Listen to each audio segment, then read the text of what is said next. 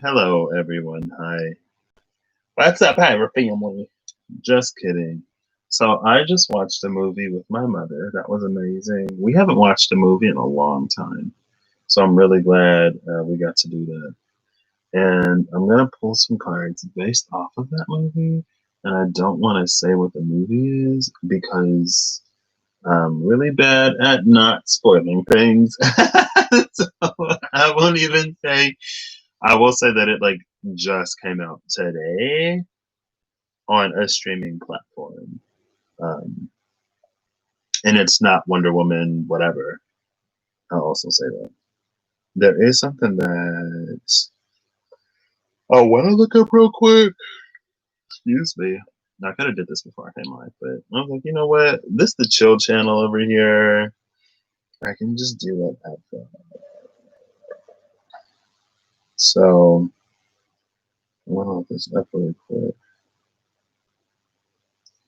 because I think it's 1, 2, or 1, 3, 5, 7. I think it's 7, but it might have been 9. Pretty sure it's 7. Oh, hold on, wait. Now I'm trying to remember that one. It was such a good movie. It was amazing. 85% like this movie. Okay. I don't think this is gonna tell me what I want to know. I'm not thinking it will. Excuse me. I'm tired, y'all. It's not me to go to bed. Here we go. Okay. I hope everyone had a happy holiday season. Um, if you didn't, then better luck next year? Question mark, maybe. Uh, let's see. I'm gonna go with 7 because I think it was 7. So I guess I'll do this for myself, and we'll figure out what's up. So there's gonna be, if you've seen the movie, you've seen the movie. So there's gonna be 6 cards, and then the spark is number 7, and it's kind of sort of our makeup a little bit, I guess, in some ways. That's a very, very, very interesting movie. I love the movie. Just didn't get some of the closure that I wanted at the end of the movie, but I think it may not have necessarily been done intentionally, but I think that that's the point. The point is that the movie ends where it ended. So I want 7 cards. Should I start in the middle? Sure, we'll start in the middle. Okay. Are these both in the middle? Yeah, I'll take them both. So position 1. I'm already extra.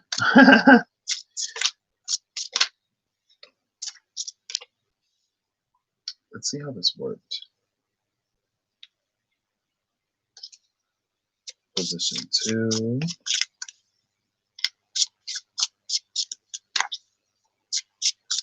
The middle is the only one I'm going to take 2 for, by the way.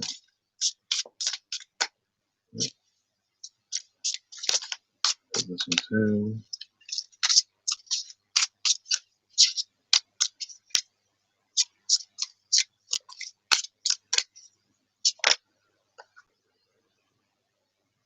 Okay, that's like 2 through whatever.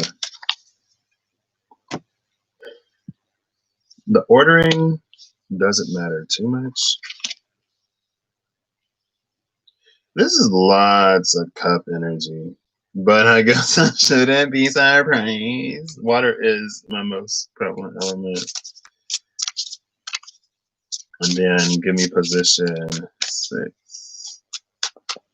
And the last one, I'm going to pull from the bottom of the deck after the 6th one comes out.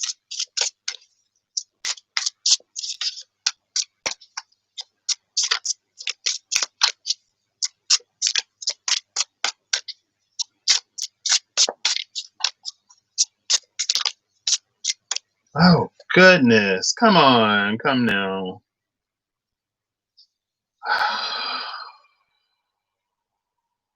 This position is getting to, because this one I want face down.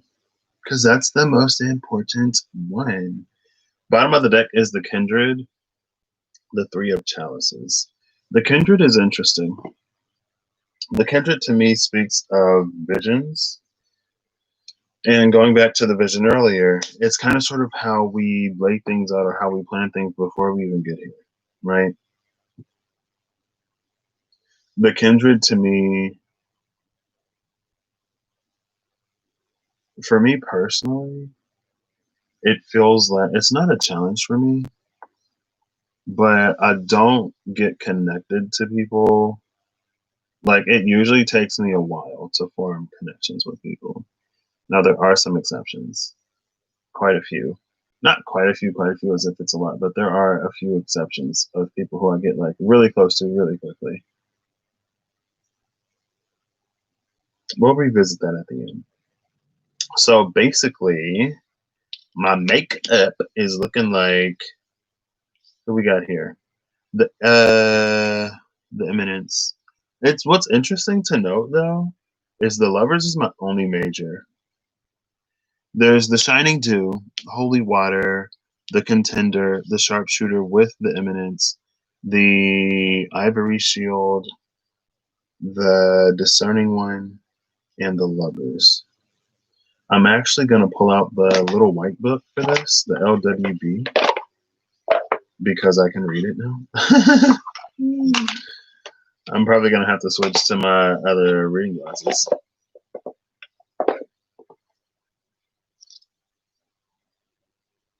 I could read it with these, but I'm just going to switch to these because it's even easier.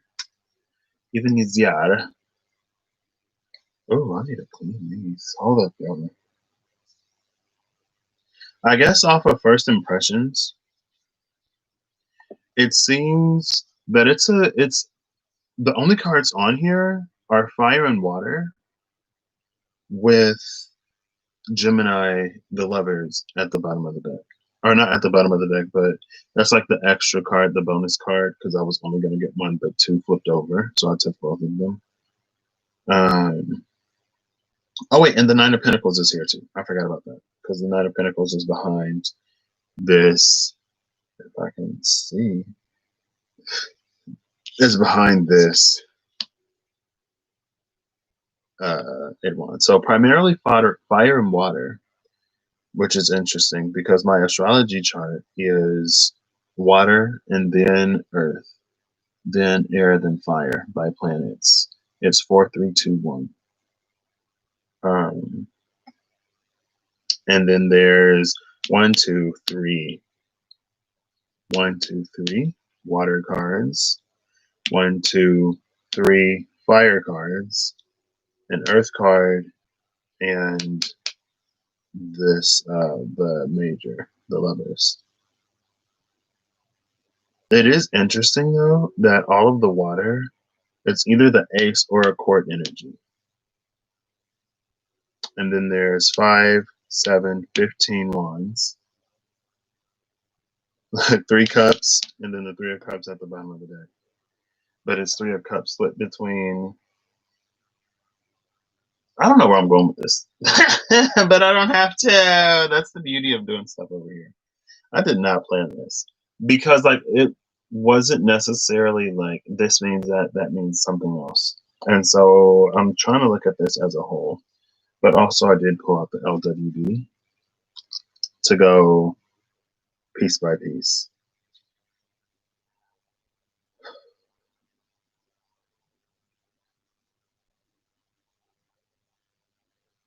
I guess if I had to look at some overall themes here, there is, first of all, I feel like the 9 of Pentacles being behind the 8 of Wands at the heart is my like heavy earth core. And honestly, it can be kind of stubborn sometimes. Like, I don't necessarily have everything figured out, but I was just telling my mom earlier, I've always had a fairly strong sense of self.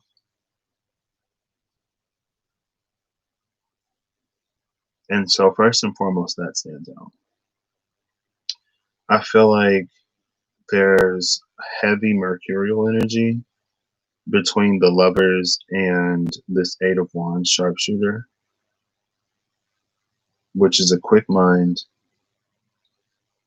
with the discerning one and the contender. Like with the discerning one, the contender, that the discerning one backed by the lovers, and into the sharpshooter. I feel like this is an energy of like, once I set my sights on something, it's like I get it. And there's also with this Queen of Cups ivory shield right here, not necessarily a high priestess level of understanding, but there is a fairly intuitive direction. The ivory shield, I could be like emotionally guarded. I am. Not so much now, or a lot less now. Heavy in the past. With the shining dew into holy water, I feel like that speaks of the kind of sort of journey that I'm on and this continuous spiritual process. I think the contender is the side of me that a lot of people don't see necessarily, because it's not necessarily like always there. Now I am going to go through these. That was overall. I'll go bit by bit if I can. Veil. Hold up, wait. Are these all the strongholds? They are. Stronghold of the Grail. What did I say that was? No, that's the Shining Dew. That's the Shining Dew. Looking for the Shining Dew. Okay, I might have to look at the tip of contents. Because I don't know what kind of order Benabel got these in. Yes, here we go. Okay. The Shining ones. So the Shining Dew, Knight of Chalices, says chalices are not last. Earth is last. Shining Quarry. So it's water and then fire. No, fire, then water, then air, then earth. Also, fire and water is a very interesting combination to have a lot of, and they're balanced 3 and 3. Because it's like those are kind of sort of primordial elements. Everything is born between water and fire. Now, the Shining Dew reads, you are now being given divine instruction to alchemize the elemental nature of water to enhance social charisma. Transmuted water helps you decelerate, slow down your frenetic movements, find your calming center, and reflect. Fluidity is the quality of being like water, as is the Taoist philosophy of Wu Wei. And the Shining Dew is here to guide you toward free flow, so you might roll with the waves and let the natural movements of karma take you where you need to go. The Knight of Chalices is your guide as you navigate the waters of destiny. Slowing down and achieving an inner calm will lead you to wielding incredible soft power over others, which in turn endows you with the influence you've sought to have. When this card appears in a divinatory reading, Spirit is telling you to sublimate what is deep within your psyche into the material world as creative or artistic products. Allow your soul to be visible. I think what I read that as is I can be like, I thought it was Earth, honestly, but I can be an extremely principled person. And anything and everything that I do, it's not that, it's just like I know that it's all a representation of who I am. And so there are certain things that for me, it's just unacceptable. And where did I get that from? It was that allowing your soul to be visible part. And like compassion and things like that, like those are things that are very important to me. Again, I feel like, not that I'm necessarily hard to read, but I'm the type of person with lots of contradiction. And I'm okay with that and paradox, and I'm fine with that. but from the outside, I feel like it makes me hard to, or it makes me a little bit more difficult to.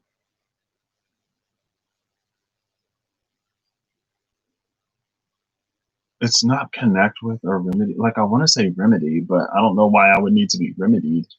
So like if I'm going through something difficult or challenging, I'm the type of person that's like almost always looking at multiple aspects. And so it could be kind of difficult to give me advice sometimes because I'm the type of person where it's like, oh, well, you just said this. And I'm like, yeah, but like also this could be a thing. And it's like, okay, well, which do you want? I was like, I don't know, but like they're both valid. And that's why I appreciate the people in my life who like get me. Like my one of my like best friends that I just reconnected with the other day. Like we've gone through this so often, but she listens to me, which is why she like gets it. And like she's a Taurus, and she's amazing. I just found out. Well, I knew she was a Taurus, but I just found out like, yesterday because I looked it up. And it's like again, it's interesting that there's a lot of water, a lot of fire here, but all the water energy is like heavy water. The fire energy is like all minors, like two court cards, the knight and the queen, and then the ace. With the three, again, it's like the three of cups at the bottom of the deck. To me, it's telling me that like a combination of these three, it's kind of sort of what rules everything, more or less. Like it all gets put through that filter. Now, next is the Ace of Chalices. She breaks these down by number too. So it's like not even. Well, there's the discerning one. Minor Arcana, 7 upper realms. Yeah, so we start with the aces. Nice. So, Holy Water. Holy Water. I love the LWB because I've read the Shining ones in the full book before, and it's like broken down real nice and quick and easy on this thing. So, Sacred Fire, Holy Water, Ace of Chalices. You are being cleansed. You will find the inner. Oh, this is page 28, and I'm born on the 28th. You are being cleansed. You will find the inner peace you seek. Water is alchemizing in your world, materializing as concord and fruitful development in home and family, the domestic sphere, or promising prospects in love and relationships. Your soul is being purified by what is to come. Unions are forged. What fills you will wash away past hurt. There is renewal. That's interesting because that's the second time that like inner peace being related to alchemy has come up. And I am typically, not typically, for the most part, for the majority, more often than not, I like to say that. More often than not, I'm fairly calm, cool, and collected. And I'm able to stay like fairly centered and fairly grounded in a lot of things. Like the things that upset me aren't the things that typically upset a lot of people. And again, I feel like for that reason, whenever I'm getting to know someone or whenever someone is getting to know me in that way, I've sometimes come across people who like because they don't understand why I get upset about the things that I get upset about, it leads them to be kind of dismissive. And if there's one thing that I don't have time for at all, it's someone who's not going to think about how I feel in the situation. Like if someone is dismissive of my feelings and emotions, I'm pretty much done. Honestly, because it's like what is there to talk about? If you can't honor how I'm feeling, there's nothing to talk about. It is interesting that purification is here because I feel like that is something that I kind of sort of do sometimes. Um, Quite a bit, it seems actually, which is fine. That's one of the things that I've had to accept is one of my functions in life, I guess. And also, it's about understanding that, like, not everyone is going to always be there. For me, it's been a journey of understanding that not everyone is always going to be there. And so, just because something isn't permanent doesn't necessarily mean that it's not fully deserving of my attention. Or, like, especially at least for the period of time in which it is sort of necessary. This also, to me, so far between the Knight of Cups, or the Knight of Chalices and the Holy Water, the Shining Dew and Holy Water, it feels like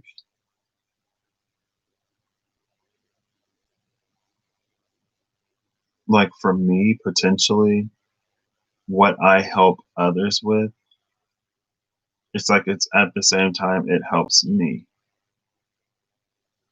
And that's not something that's necessarily unique to me. But it is that, like, sometimes when we're giving advice, we're speaking, and it may depend on the person for some people, but it's like we're speaking from places of truth and authenticity, maybe our truth, that when we're in the space of trying to find it for ourselves, may be a little bit more difficult to find. But then when it comes to someone else, it's just like there. It's like, oh, well, maybe I should take a page out of my own book. Next is the Contender. And the Contender, I was originally reading as like, I do have a fairly mean protective streak, but honestly, it's kind of sort of feeling more like stubbornness and hard headedness because I can be very stubborn and hard headed and fixed, even though I'm always listening. So again, I'm a person of paradox, and we all are. Um, but even though I'm always like listening and taking in input, and I value all of it, I can also be pretty fixed and stubborn, unsurprisingly to some. The Contender, Five of Scepters, is the spirit of a zero-sum game. This is the spirit appearing before you when you face competition. This is the battle, the contention you fight. The contention you fight for domination. Oh, like a thing. Okay. This is the spirit who helps you through a rivalry for supremacy. There is strife in your world, and the Contender is the spirit here to help you navigate that strife. The Contender is now that's reading as like, in some ways, because I can be a little fixed, I'm the type of person, it's because I can be, I don't want to say lazy. I can be difficult to motivate sometimes. I can be difficult to move because I'm, like I said, I can be stubborn and fixed. And so the Contender now is also reading as like the way I should be writing this down. Hold up, y'all. I'm gonna get my little surface because I think as I talk through these for myself, what it's gonna do is it's gonna help me know what these positions are if I do actually build this out into a spread. That's what I'm gonna do, and I'm probably gonna hit up one of my friends later tonight and be like, "Hey, I just built a spread and I need someone to read. So you want a reading?" I remember Hermit Week last year. I just went live on my Legacy channel, and I was like, "Hey, so whoever the first person that comes in and who wants this, I just built the spread and I want to see if it works or if it needs to be tweaked." Now, sometimes I build it and then I tweak it, and then I'm like, "Oof, it was kind of sort of better the way I had it the first time."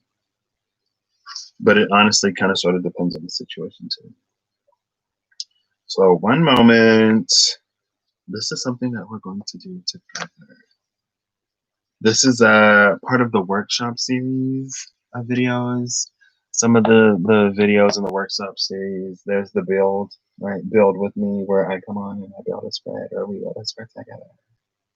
Even though I'm most of them, like, your energies also contribute, I guess. Okay,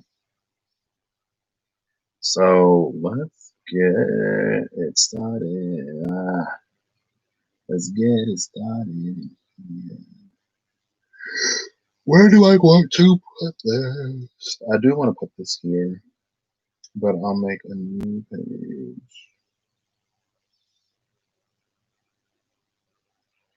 We're gonna do this. Oh, okay, she's bold. Yeah, alright, I like this. At first I didn't think I did, but I do. So it's 1, 2. I'm just writing this up real quick. 3, 4, 5.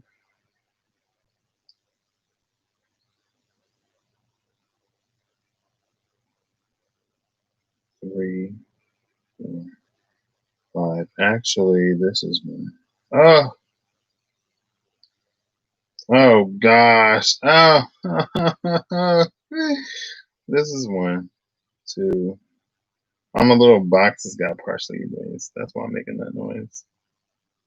4, 5. What's how I lay it out? 6, 7. 7 is the spark. That's another good one. Let's do this. Now, honestly, could I have done this off camera? Yes, because this is something that I could honestly like really type up as I do it, but we're gonna try to condense it here. So 2, I'm gonna say, is what kind of sort of drives us, or the mode of action.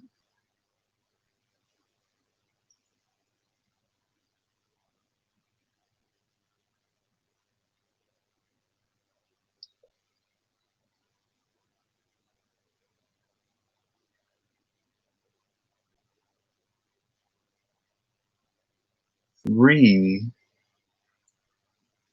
is gonna be, what is 3?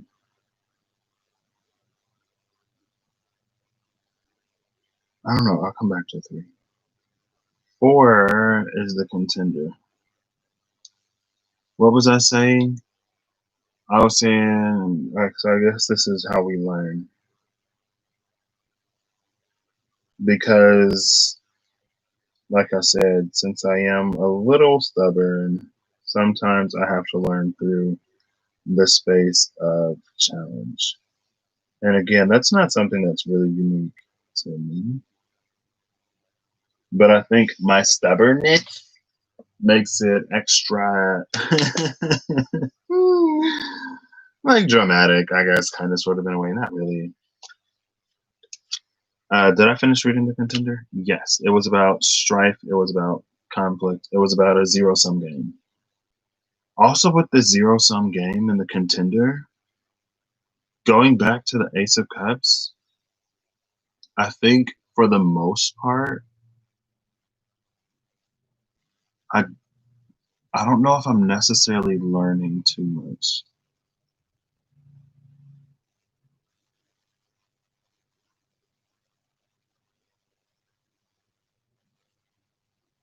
It's more about sort of remembering and finding.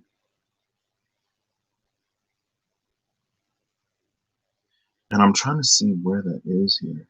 Maybe it's all this cup energy. It could be the Knight of Cups paired with the Discerning One and the Lovers. And maybe that's also what all of this water is, like a strong intuitive background. And so I can go into a lot of situations and spaces with the sort of knowing already before I'm even there. And when I have that knowing, it promotes, in some ways, it seems, that fixed quality that I have. Now, I'm going to skip these and go over here to the Ivory Shield. Oh, let me put them glasses back on. Excuse me. There's the Shining Winds. Knights, Ivory Shield. Queen of Chalices. You are shielded against ailments, disease, and infirmity. Malefic energies that can cause malady or emotional afflictions are present in your space, challenging your vitality. And so the ivory shield appears in your path to help you preserve your own wellness. Inscribed around the queen's shield, though I walk through the valley of the shadow of death, I will fear no evil, for you are with me. Her shield features the Musuide,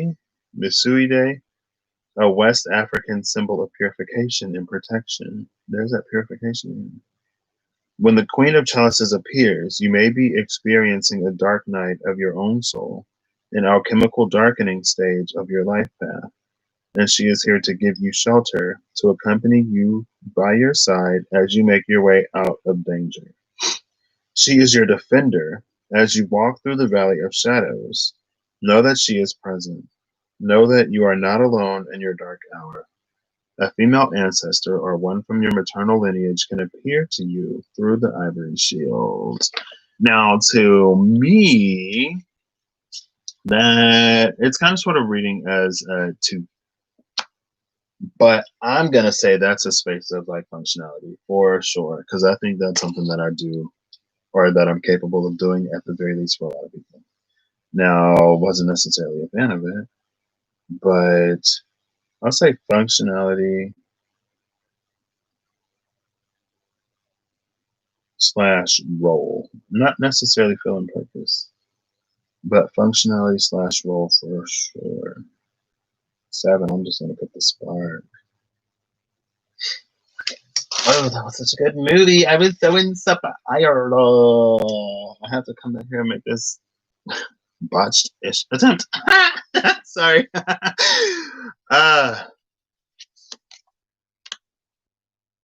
But the ivory shield is the shield to the archangel of healing. And so with that being said, I feel like there's something within her or me that can sometimes hone in on what people need healed. And a lot of times people don't want to hear. And also, like, I stay fairly to myself.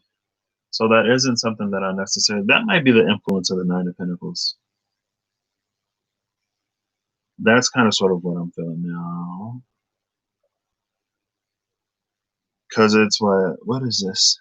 I know it's Virgo. Venus in Virgo. Venus is at the opposite of exaltation in Virgo. Fall, it may be fall in Virgo because it's exalted in Pisces. And it can be, at least for me, it's like really sheltered. I also want to look at the planets. So Saturn in Leo, Venus in Virgo. Who is this?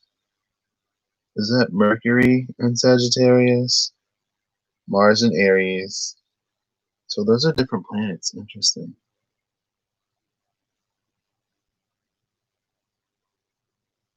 Oh, that's that mercurial energy because it's Mercury and Sagittarius. Okay. I was like, even though this is like Sagittarius energy, it feels mercurial. Duh. And Saturn in the contender. I think I can be like really serious about stuff. I said that up here though, about how I can be like really principled. My Saturn is in Aquarius, and it trines my Jupiter in Libra, which trines what my South Node in Gemini. I have lots of elements all over the place, which makes for lots of squares and trines and other aspects. Anyway, there is a little bit of a feeling of kind of sort of sometimes like what holds people back and what they could stand to heal. And I'm also like fairly observant when it comes to people and at least slightly empathic. So those two together makes some people a lot easier to read. But what happens is sometimes I get sort of like lost in the reasoning to the point where I can overgive, overextend, be overly patient, or put up with and tolerate things that I don't necessarily have to. And when I was in the darker night of the soul, for me, like I would just leave. Like no patience, no tolerance, just like bye.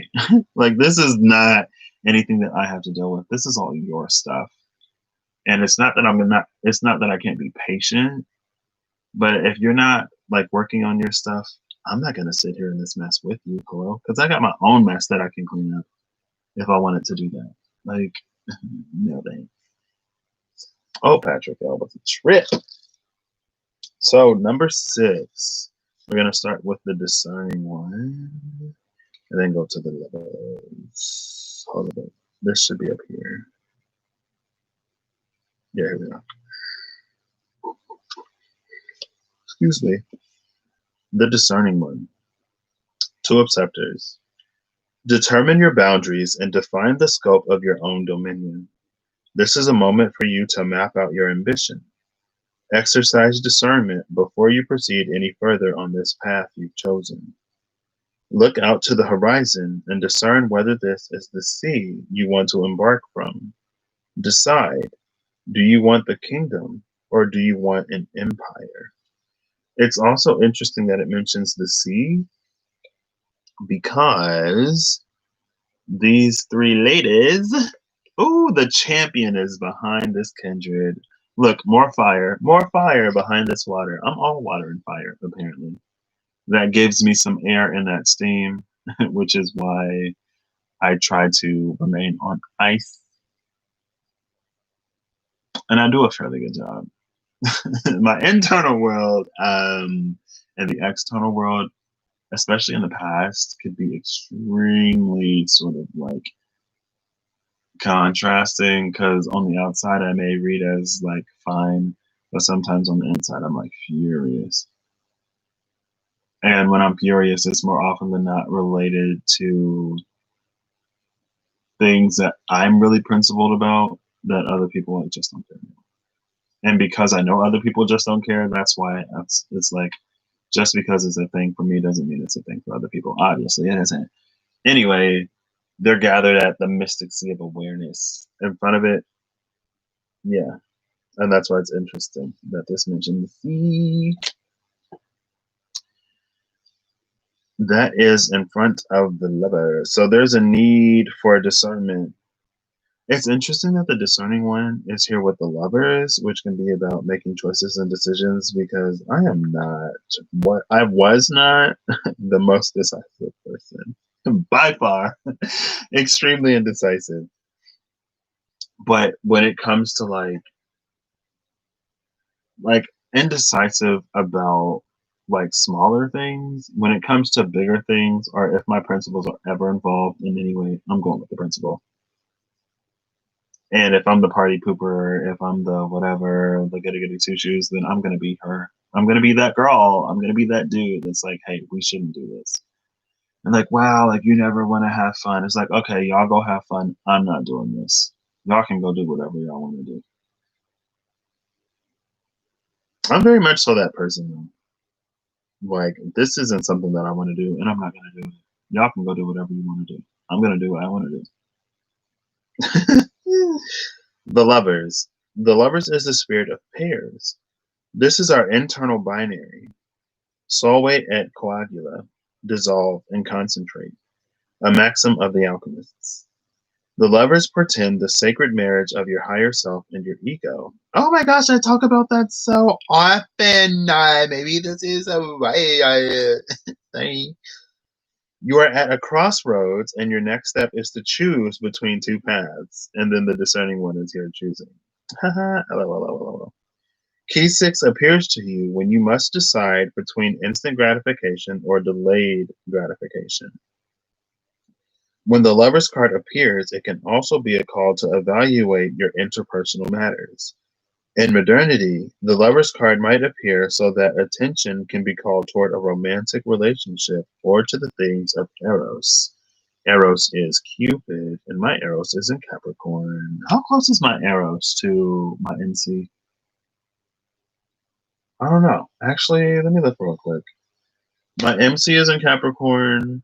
Also, um, my Uranus and Neptune are conjunct at 20 degrees Capricorn. That's like the one conjunction I have in my chart too. Uranus on top of Neptune. Like, what the freak does that mean? Hello? It's like, let's change stuff up. But like, how? I don't know. Like, is there anything wrong? Not really. Well, so then, like, what's the point? I don't know. Like, just do it. It's like, okay. And then we wait to see if anything happens. And okay, so there's like my Neptune and Uranus are 20 degrees Capricorn, and then my midheaven is 21 degrees Capricorn. So that I would read that as a drastic change in like career towards something that aligns more to who I am as an individual rather than what I can fulfill in society in terms of like I should do this because I'm good at that, right? Like, oh, you're good at math, you should be an accountant. Oh, you like cooking, you should be a chef. Oh, you are like artistic and creative, like you should be an artist, you should be a music person.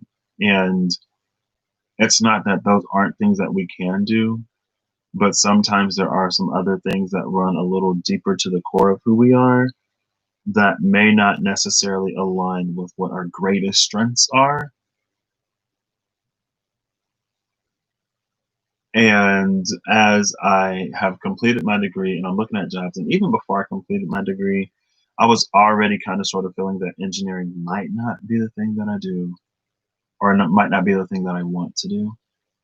But now that I have my degree, I'm like really excited to at least try engineering because, like, I don't think I necessarily, well, I can see a path where I do that and I enjoy it. But there's some like some bridging of some gaps and connections that I want to do. But before I do that, I want to have a working understanding of the structures and systems that already are before I try to incorporate some other things, right? Because I'm also that type of person. And maybe that comes in through all of this like cuppy energy that like whenever I give someone advice or whenever I'm listening to someone, now if my emotions and feelings get involved, then it's harder for me. But on average, I like to like think of the person that I'm talking to and connecting with because not everyone is the same. And so even if people are in very, very, very similar situations, the advice that you give to one person may be different than the advice that you give to another person. Not only because they'll react to it and handle it differently, but also because there are other sort of goals, aims, means, ways that they digest and process information, and reasons for why they do what they do that needs to be taken into consideration. What did I? Why did I get my phone? I just picked up my phone for some reason that I don't remember. I do that a lot. As soon as I pick it up, oh, I was gonna go see where my Eros is. Oh, it's 11:11. Make a wish. Okay.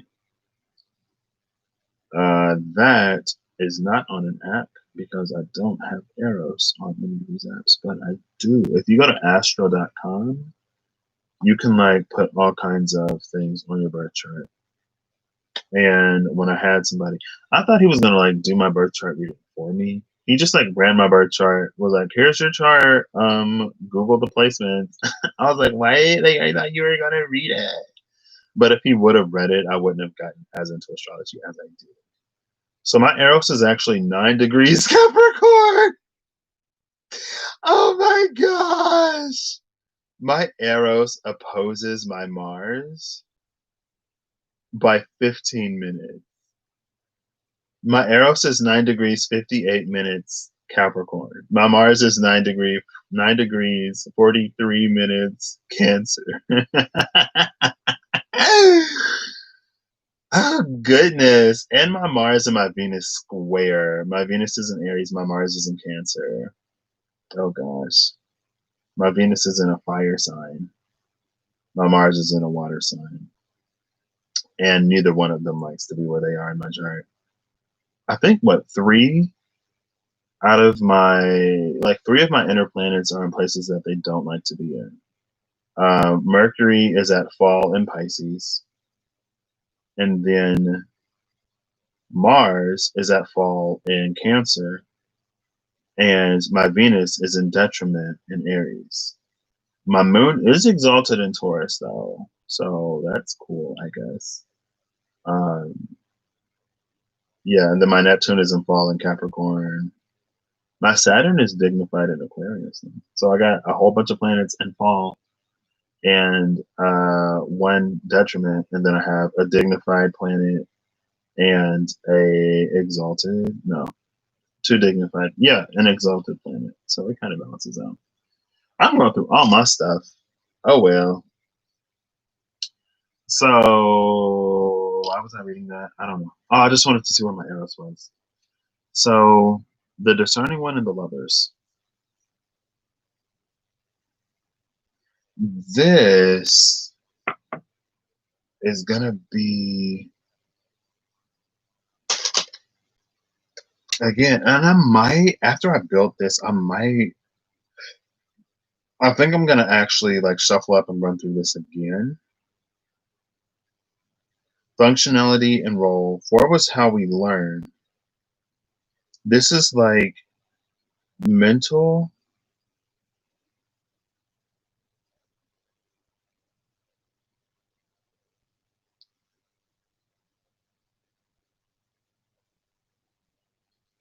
But specifically, it's about sort of like decision making.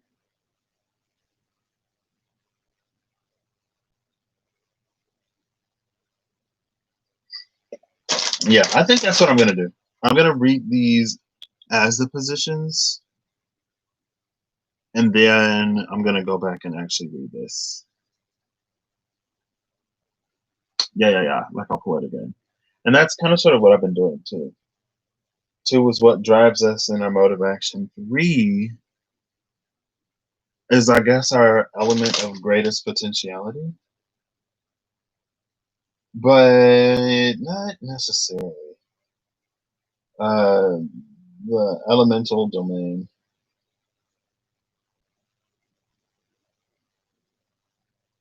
slash residence. Yeah, because I'm very cup heavy. I'm a very cup heavy individual. But again, since I have so much contradiction, it's like sometimes like I don't even care. Oh, it sounds kind of mean, but I'm just like, you know what? Like I just don't. If you're not gonna do whatever, I'm not gonna sit here and just be frustrated for no reason because nothing else is gonna happen. Like, excuse me, no. Please. This could be how we learn slash what drives us. That's what I'm gonna go with instead. Actually, is what drives us. Learning is something that drives me, honestly. So yeah, I got there eventually. It's like I may not know what I'm doing when I start out, but eventually I find my way. So what drives us? Mode of action, elemental domain, residence. Wait, I got what drives us twice.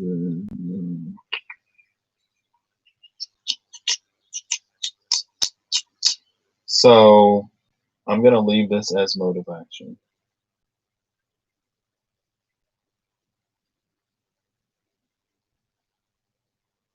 And then I'll leave what drives us as the other one. What is modus operandi? MO. Okay. So then let's get into this one. The erudite or the sharpshooter. I'm gonna say this is like active versus passive, yin versus yang. Passive, yin, yang. And then 7, the spark. I am curious. The vagabond. I can see that. I can see that for me. Just like I'm a little. That's that thing. I think I talked about it on the Legacy channel earlier. It's like I can get connected to people, but I don't necessarily feel like I have a whole bunch of people who like I've incarnated with before or whatever. And I'm not necessarily the type of person that subscribes to like just because we watch the same reader on YouTube or like just because I watch you or just because you watch me doesn't necessarily mean that we're soul family, in my opinion. But to me, it's kind of like there are some people who take family very, very, very, very seriously. And so while some people may be like, oh my gosh, like I love you like a brother or I love you like a sister, like we're basically brothers and sister or something. For some people, it's like that could be true, but still like they still wouldn't call you family because family to them is something different. And what's also interesting whenever you call somebody family is no tea, no shade, but it's like, what's your family dynamic even like? Like, is us being family even a good thing? Because there are some people who don't have great families. Like, one of my friends didn't know how toxic and manipulative and low key abusive his mom was until he met his mother in law, until he saw what a healthier maternal dynamic could be. Then it's like, oh my gosh. And then she did some stuff that was like, oh my gosh. And because he had seen a healthier version of that dynamic, he was in a place to not just accept it as one of her usual antics or whatever. And everyone else in the family was kind of sort of just like, oh, well, like, you know how she is. So why are you upset? And that's why I'm like, I'm gonna have to start asking people like before you claim me as family, I need to see what your family dynamic is like because I ain't necessarily trying to be a part of it. If your family is cool, like, hey, thank you for the welcome. If it ain't cool, no offense, I'm better off over here where there's less drama. Thank you. Anyway, back to this. That was not completely unnecessary. That's the vagabond in me. Hey, look, there's some more earth. No air. No air, no air. The Vagabond, Five of Orbs. The Vagabond is the spirit of alienation and feeling alienated. Crowning the holy temple is a lotus blossom that features five petals, symbolizing the five aggregates of suffering: sensation, consciousness, physical forms, perception, and thought forms.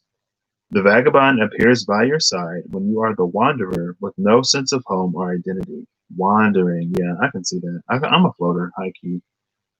This is the spirit that comes to you when your spirit is restless and when you are in search of meaning.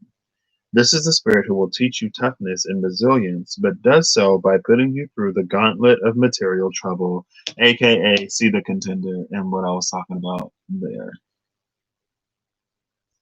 So now that I've done this real quick, I'm going to put these back. And then, oh my gosh, it's been an hour. It's been an hour. And then we're going to do this all over again. Okay. So when it comes to me, I'll read myself. Excuse me. This may be something that I actually build out before I try to do it for somebody else, but maybe not. Because it just like, it comes together eventually. I just watched that movie. What did he say? He was like, he didn't say like breathe through your crown chakra, but he said something. I was like, wait, what? Oh, it was so funny. There's that Reaper. I feel like I saw the Reaper before too. Oh, the Six of Cups. Don't fear the Reaper. Oh, with the Eight of Cups. Okay. And the Devil. Ooh. That's interesting. Because look, here's the Phoenix and the Dragon as babies. The lovers had the Phoenix and the Dragon free. Here are the Phoenix and the Dragons in chains. So maybe there's an energy of like mutual rebirth that needs to happen in order to get something to work. Potentially. All right. I'll give this 3 more. Oh, thank you for being so kind. Oh, Another ace. Oh my gosh.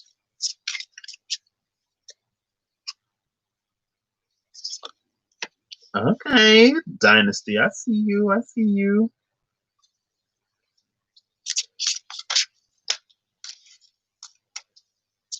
I guess we're doing this now. So position number 3. Wait, I think I did this wrong. I did. I did. Boop, boop. This is how I numbered it, okay? All right, now let's go. Ooh, look, the Chariots. That's one of my birth cards. Okay, well, now all the majors want to come out. All right. I mean, I'm not complaining, I guess. The Valentine's Day, the 4th of July. I'm a little bit sad when Halloween has gone by. Maybe? I don't know. I'm always counting the days still remaining to Christmas. Only 364 more days until the next Christmas. Depending on where you are in the world. I still got 365 days here. New Year's is coming up. That's crazy to me. That blows my mind that this year is already almost over. There we go. Number 6. Thank you. Oh, now it's the politic and the erudite. I'm going to take both of those as this space because this is face down. Bottom of the deck is again, the Kindred. Works, sis. Okay. So when it comes to me, my modality or the element of my domain is fire, which is interesting. The Ace of Wands I take as being related to the space of vision, not a sword's vision as far as what we can see, think of, and perceive, but vision more so as like the things that we create. It's light. My element is light. Okay. And it's active. Oops. This is active. But, all right. This is going to be interesting. So, in the space of my mode of action is the dynasty. The dynasty for a mode of action to me reads as patterns and behaviors that are proven to be true. Also, though, however, with this dynasty and the tree of life here, it feels like something inherited. And so, a mode of action being the dynasty, being the Ten of Pentacles, it's like kind of sort of like if this isn't going to work, I'm not going to put any energy into it. Like, I'm not going to invest into anything that's not going to give me a return on that investment type of energy. That's what that is. Also, again, with that tree of life,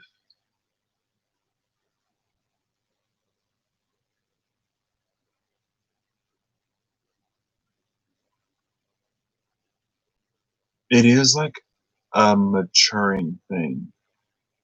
So maybe not necessarily being the type to create something or to start something, but definitely being the type that will like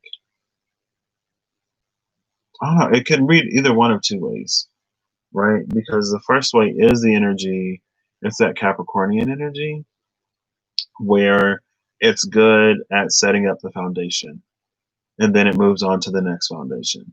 That to me is like an Aries 10th house type of energy where it's like the type of person who loves like being in a startup and getting a company established because whatever that crazy hectic life where nothing is certain like that's where they really want to be. But this is like the opposite. I think it can come up with that long-term plan, but this it feels like carrying on something that is already established or seeing something like building it out to its greater potential. Now, I don't know, this still isn't how I want. I'm definitely gonna tweak this after this for sure. Um Number 3 is the elemental domain or residence, and it's water again through the chariot being Cancerian, but it's the chariot. So this is fluid water. It's not stagnant water, so it's not necessarily like a pond or even a lake. This is a river or an ocean. It's not an ocean either because those are fairly stagnant. This is a river. There's movement to this. There's flow in this connection.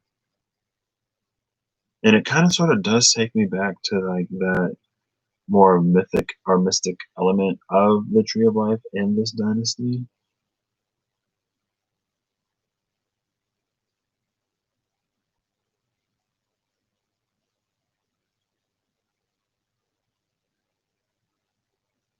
Also, there's a, well, justice is right here, but there's a justice energy here because for this to happen, the light and the dark have to be on the same page. Or like two opposite poles need to be in accordance, right? That's what the Queen of Cups said, something about accordance. So that's that one. Next is what drives me. And what drives me is the Emperor, which is interesting. Aries energy. Oh my gosh, did I literally not just talk about how my Venus and Aries squares my Mars and Cancer? And then here's Cancer and Aries energy. Here's Libra. Venus rules Libra. And then is that Mercury in Virgo or Venus in Virgo? I think it's Mercury. Let me put on these.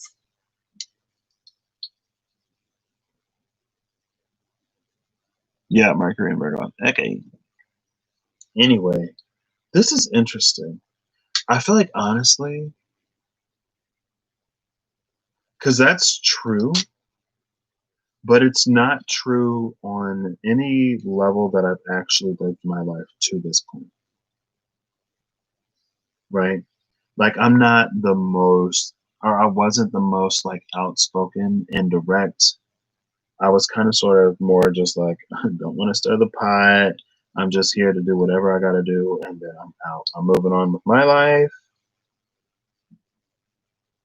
But with the Emperor being what drives me, it does feel like the way it popped into my mind is like on earth as it is in heaven.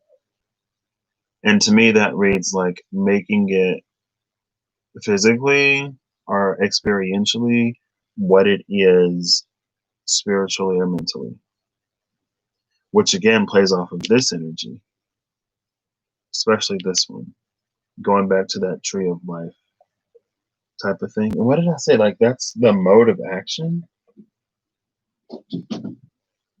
Oh my, what was all that? Somebody doing laundry at like midnight.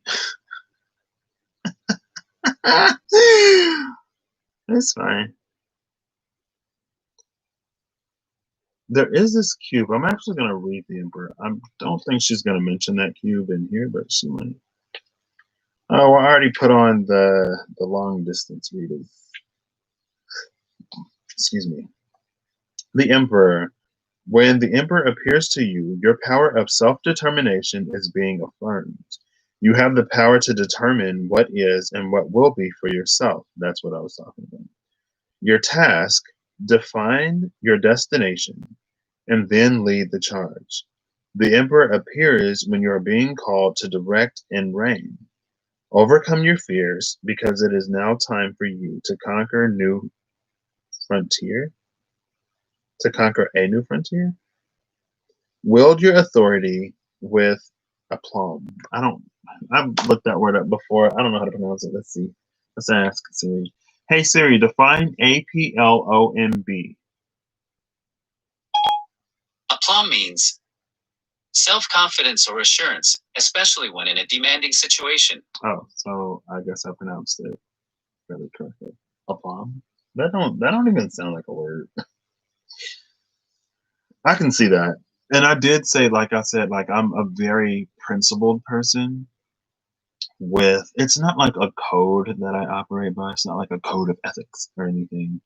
But it's just that like I want to feel good about how I show up and what I do. And like being kind and being understanding are things that are important to me. Being patient is something that is something that I aspire to be. I feel a lot more comfortable saying that. Um, And like this is an energy that like I would almost never put on anybody else because I know how I am and I know what I care about. And the things that I care about generally don't align with the things that most people care about. Like what's important to me isn't what's most important to a lot of people. And that's one thing that I've asked myself a few times this year is like, what is actually important to me? Because if something isn't important to me, or if something else is important to me, then it doesn't matter how it's perceived by anybody else. And 9 times out of 10, I don't care what other people think. Honestly, I just don't.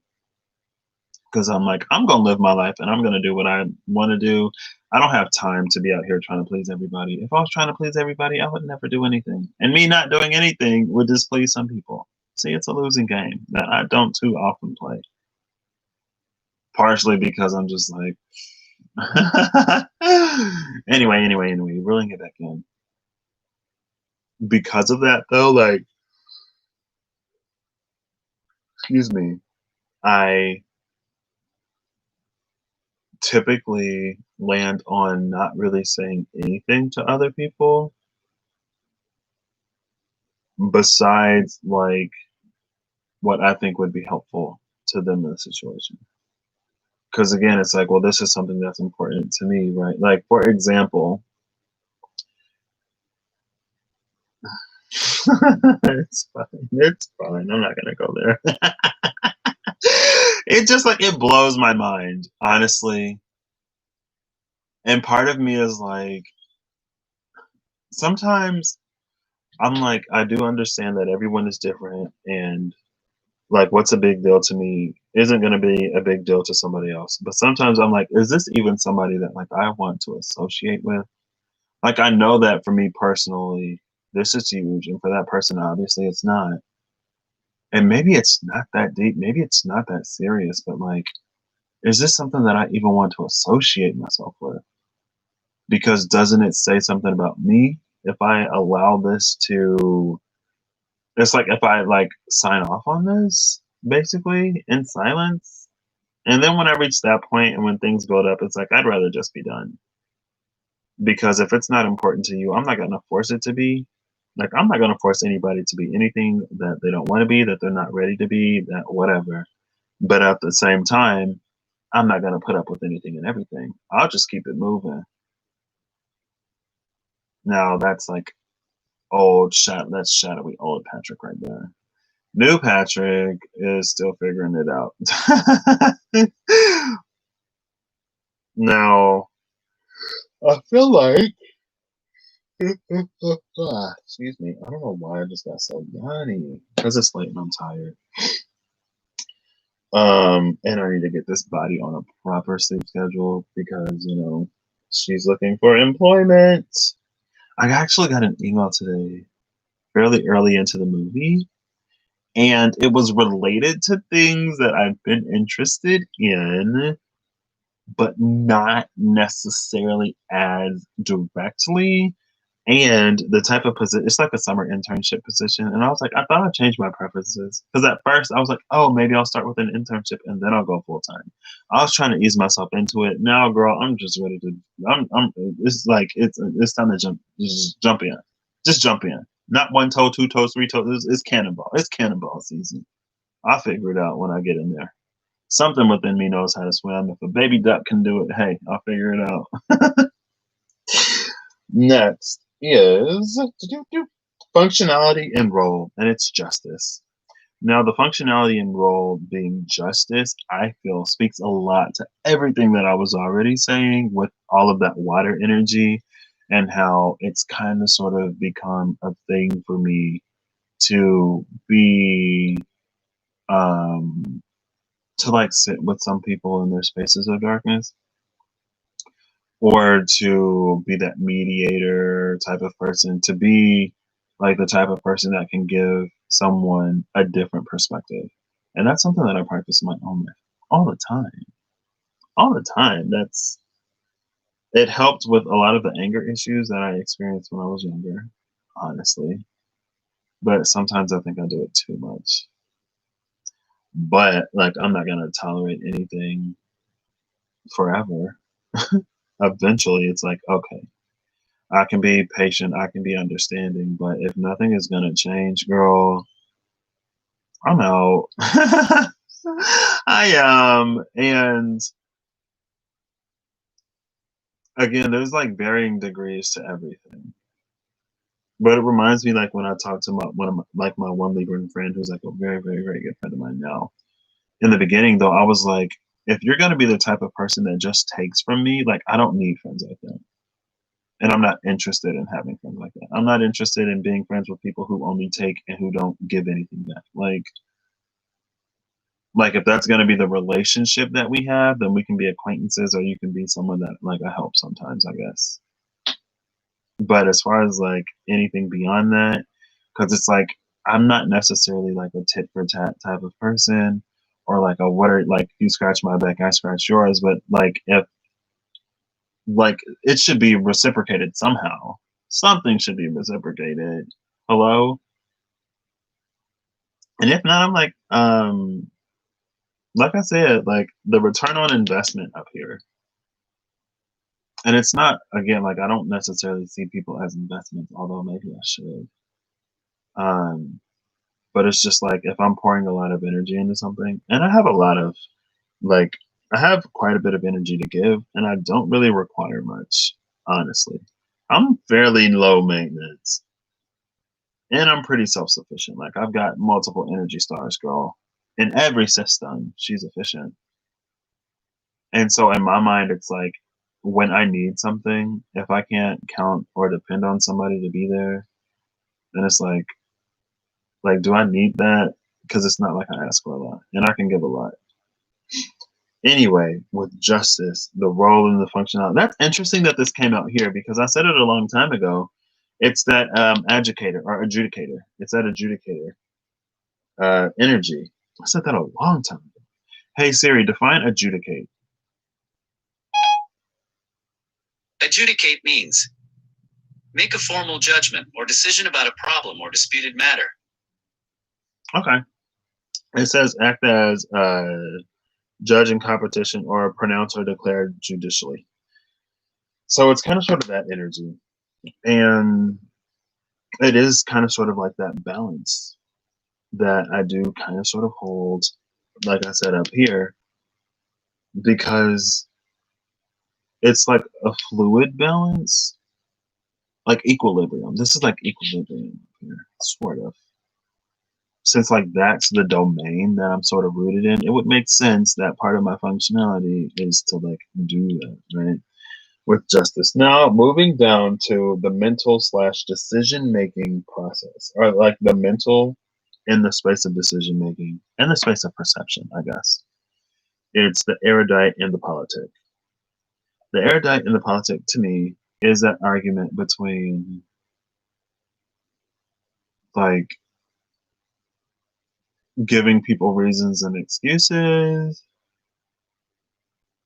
and like just looking at it as it is. Like at face value, this is amazing or this is not great. Now, if I take into account all of these other potential factors, it could either build the case or hurt the case. No, if it's a bad situation, and honestly, at the end of the day, though, I'm like, regardless of where we come from, we're responsible for our actions. Always, we're responsible, and if we can't be responsible for our own actions, then like, who's gonna be? And it's not my job to be responsible for anybody else. I have no children, and maybe that sounds mean when I say that. But I'm like, I don't have any kids. It's not my responsibility to care for anybody. Ain't no ring on any of these fingers, and I have no children. I'm not committed to anybody or anything right now. And so it's not my responsibility to do a lot of stuff. Do I care about the people that I care about? Yes, absolutely. Will I do a lot of stuff for the people that I care about? Yes, absolutely. Am I going to tolerate anything and everything for the people that I care about? Absolutely not. No, that's not me. That is not me at all. If it's crossing a line, it's crossing a line. I don't care who you are. And if you don't care, then that sounds like a consensus to me, and we're done. Anyway, with the erudite and the politic, I feel like the erudite can be me sometimes arguing against my intuition, trying to overly explain things and overly justify things for people in situations that don't necessarily deserve it always. But the payoff for that is that it gets me in the practice of it helps me build that buffer before I'm so quick to be done with something or someone. And building that buffer sometimes looks like making sure that I learn or get whatever it is that I need to learn or get to prevent myself from entering similar situations later on down the line. Which is why when things start to look a certain way, now I'm like, hold up, I got to get some clarification. Because with this dynasty up here, it's like if this thing is only going to last for like a minute, 2 minutes, 3 minutes, 5 months, a year, 2 years, we can be done now. Like if I can see the end right now, we might as well be done. Because, like I said, with that Energy Star girl, she's efficient and she's not going to be pouring into things that just won't. Like you can't do that. And that's been another one of my 2020 lessons this year is just realizing and learning and knowing when it's like, man, like you can want to be there for somebody, you can care for somebody, and you can want more for someone. But if they're not going to do anything to ensure that they get that, I might as well be pouring that into the ground, or like on the ground or back into the ocean. Girl, I'm not the star card, hello? But I might as well be if it ain't going to be like received. It's like I might as well take back all my little care, all my water. Yep, I'm gonna pack up my water and go. Because if there's no seed in the ground, nothing's gonna grow. And seeds need more than just water. And we got to be our own lights. Because if you're dependent on someone else to be your light, like plants grow in the direction of the light, and now you in here growing on my plot, and you need to be growing in yours. Hello? Anyway. Last but not least is the spark, girl. Why am I even here? Hello? Oh, that's so funny. Oh my gosh. I was literally talking about seeing this card. First of all, it's another major. So when I actually read this for myself, I got 1, 2, 3, 4, 5 majors. 2 minor. Well, two minors. And then the aces I count as like courts. They're in the court major energy. Because to me, an ace it's like the element itself. It's a realm of potential. So it's not necessarily a minor. And it isn't necessarily a major. So I count it as a court. Or a primordial. I count it as primordial. Which is like major adjacent. It's the death card. Death is like my spark. Transformation, though, that makes sense. Like I'm all about transformation. I'm all about learning and growing. Like I think I've mentioned it. Like learning is what I love to do. I love to learn. I love to feel like I'm expanding. I love to feel like I'm growing. And that's one of the things that I hold as principle. One of my principles is growth and expansion. And it's like if a connection is reaching a point where it's stagnating, in my mind, it's like I said, it's like there's no point in continuing this any further. Like it just isn't, because I'm not going to be here in the space that I'm in forever. I'm not going to stop growing for nobody, especially now that I've worked through all of the stuff that I needed to work through. Excuse me? This isn't even the beginning. Like this is all the pre-sequel, prologue type of stuff. Like I ain't even started, like pen ain't even on the paper for chapter 1. First word ain't even conceptualized yet. And you asking me to stop now? Hello? No. Like you can anybody else, y'all can say stop wherever you want to. But eventually, it's like once there's so much tension, it'll just snap, it'll just break, and I'll just keep floating away. Like I said with that vagabond that was here, like I'm a floater. That's kind of sort of one of the reasons why I float a little bit. That's because I like that continued growth and I love that continued expansion. And my North Node is in the eighth house, and the eighth house carries that energy of expansion, of growth, of things that kind of sort of lie beyond our senses, because the second house is, sensory Taurus energy, sensory Taurian energy. It's physicality, which puts the eighth as like non-physicality. And it's like the gateway to non-physicality. You get into complete non-physicality at the 12th house. Anyway, yeah, it's pretty accurate that death is my spark, because that's the thing, and I've literally talked about that before. I've literally talked about that before. Like, that's why we incarnate, to learn and grow and evolve as people, as spiritual beings, as souls, as whatever. Or at least that's why I'm here. I'm not here to be stuck. I'm not here to be stagnant. I'm not here to stay the same forever. Like, just saying that, it sounds painful. And I do best with people, like my relationships are strongest and sustain the most easily with people who do the same.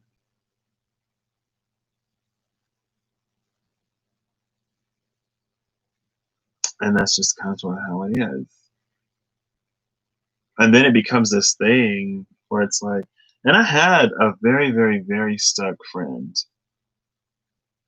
And I never really had the guts to have that conversation in person before I came home. But when I came home, friend was like, "Hey, like we could hang out or do this or whatever." I was like, "Yeah, like I'm good." And then friend was like, "Yeah, I kind of sort of knew that this was coming." I'm like, "Yeah, like we both knew it." Because friend was just too stuck for me. And especially like if someone can't celebrate with me, that's another relationship that I don't need. Like, I don't need you to like pump up my ego or whatever. But if I'm in a good mood and you're not, and like your thing is like you want to ruin my mood or call me annoying because I'm like in a good place or whatever, girl, enjoy your misery. She's not gonna find company with me. Mm-mm. Misery loves company. Nature abhors a vacuum, and I'm not getting sucked into that mess. But anyway, this is kind of sort of me in a nutshell. This is so important to me though. And again, it's for me, it's like it's mercurial. The erudite is here, Virgo energy. It's interesting that I don't have any Virgo in my chart. Now that I think, now when it comes to like the structure and the organization and stuff like that, it's like, yeah, there's no reason. Like it is extremely abundantly clear why I don't have any Virgo in my chart. But when it comes to like the mental space, kind of, I'm like, wow, I'm kind of surprised that I don't have any Virgo. My Mercury is in Pisces retrograde, so maybe my retrograde Mercury Pisces like slips down that like to the pole of Virgo in some ways.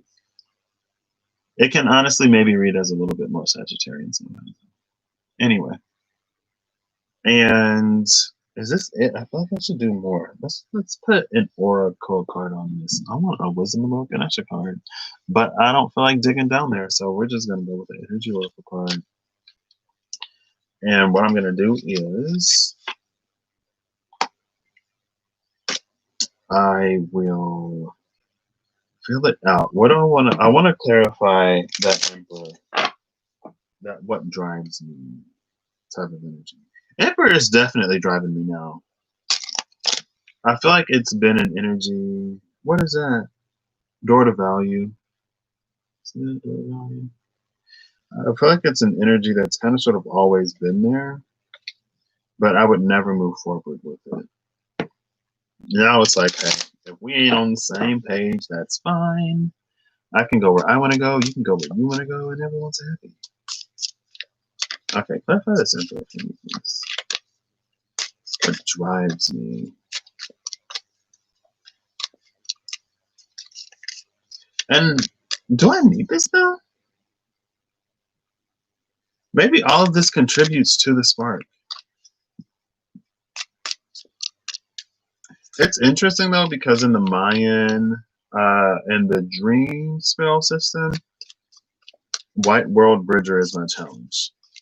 That's something that I've also been working through this year. It helps that I found a White World Bridger on YouTube, who's really cool, bustling around. He's a White World Bridger, and his challenge is the Yellow Warrior. And I'm like, oh my gosh, you're my challenge and I'm yours. And it was over the summer. Honestly, White World Bridger for me is like just letting people do whatever it is that they want to do. Letting things play out however it is that they want, like however it is that they will play out. Not being so upset that like, even though that may not read that well, because I still do get upset that like things don't work out the way that I think they should. And a lot of times it's like, for me personally, it's about equity and things like that. I was like, you know what? It doesn't matter how it was. Like when people talk about the age of Pisces as if it's like the worst thing, and it's like it's not the age of Pisces that made the age of Pisces bad. It's people. People did that. Ain't no way you have all of these religions and belief structures all over the world that have messages of love and acceptance and serving one another, and it's religion itself is the reason why we have wars and we're killing people under banners of love. Hello, does that even make sense? In what world? In what world? It's like, oh, Age of Pisces was this and was that because of it. Like, don't blame religion. That's all. That's all people. That's all people. And Age of Aquarius ain't gonna be no different if we don't get it together.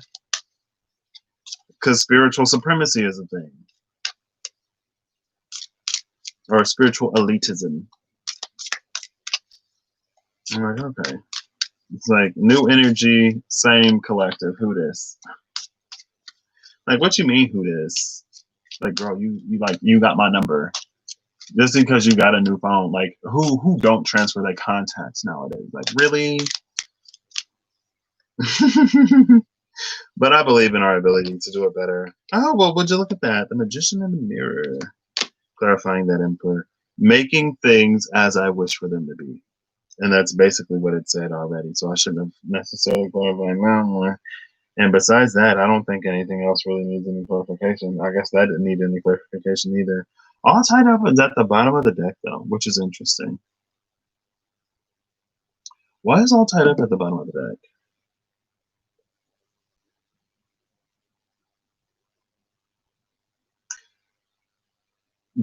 If this is clarifying the Magician in the Mirror energy, I would read this as personally, whatever roadblocks and challenges that I've encountered in life, I've manifested for myself. I've created myself.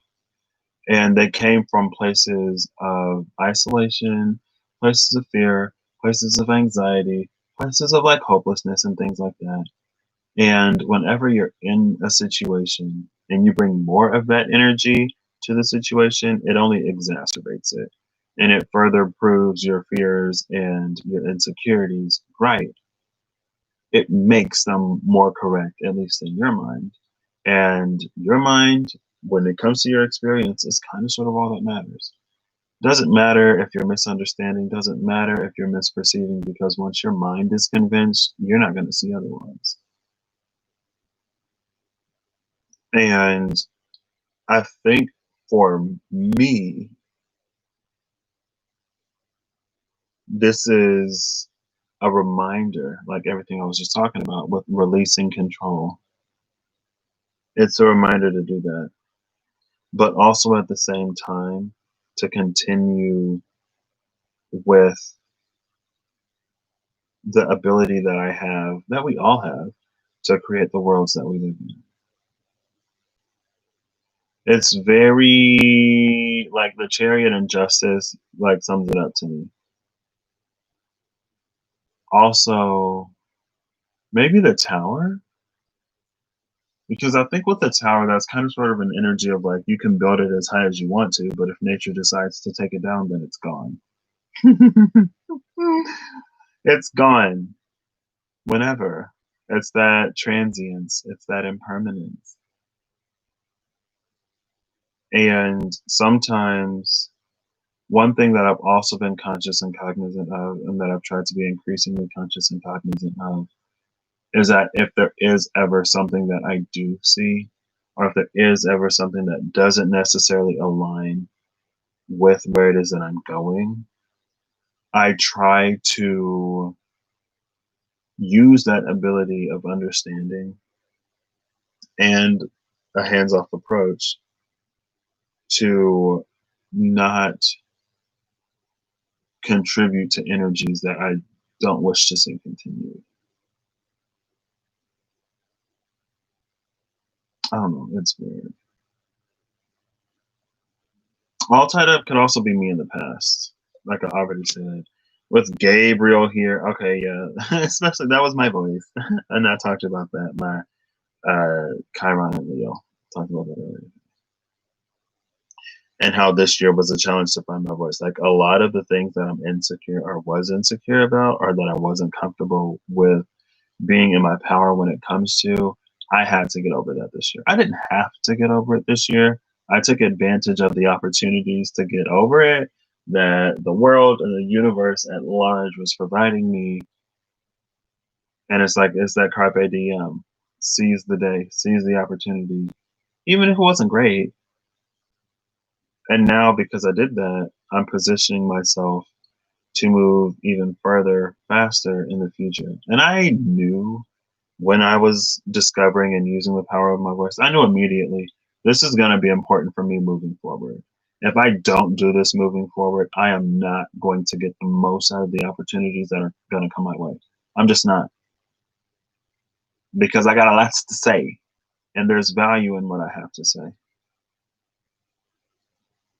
And for the right people, they'll take what I say and they'll work with it to the point where they allow themselves to be challenged and they reach their higher potentials. Not everyone is going to do that. And it's not my job to make sure that people do.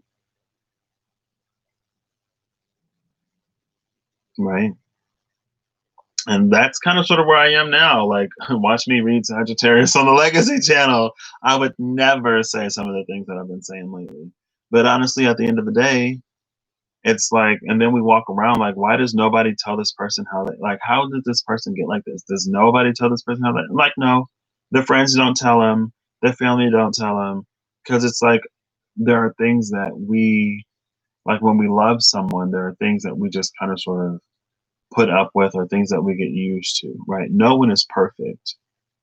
And so when we love someone and there's an acceptable level of imperfection, as there is in all of us, then it's like we kind of sort of take that hit. But sometimes when we don't call people out, it's like it has this veiling effect and it kind of sort of stunts them. Maybe that's another lesson. I remember when I told my good friend Emily, I was like, yeah, I'm like working on my North Node in Sagittarius now, which means that sometimes I got to be more blunt and just say it like it is, especially when I can see that a pivot or a slight change in a course of action would yield great results. And it's just like, wait, like, were there moments where like you weren't like honest with me? I was like, it's not that I wasn't honest. It's just like I wouldn't say something like super harsh or whatever.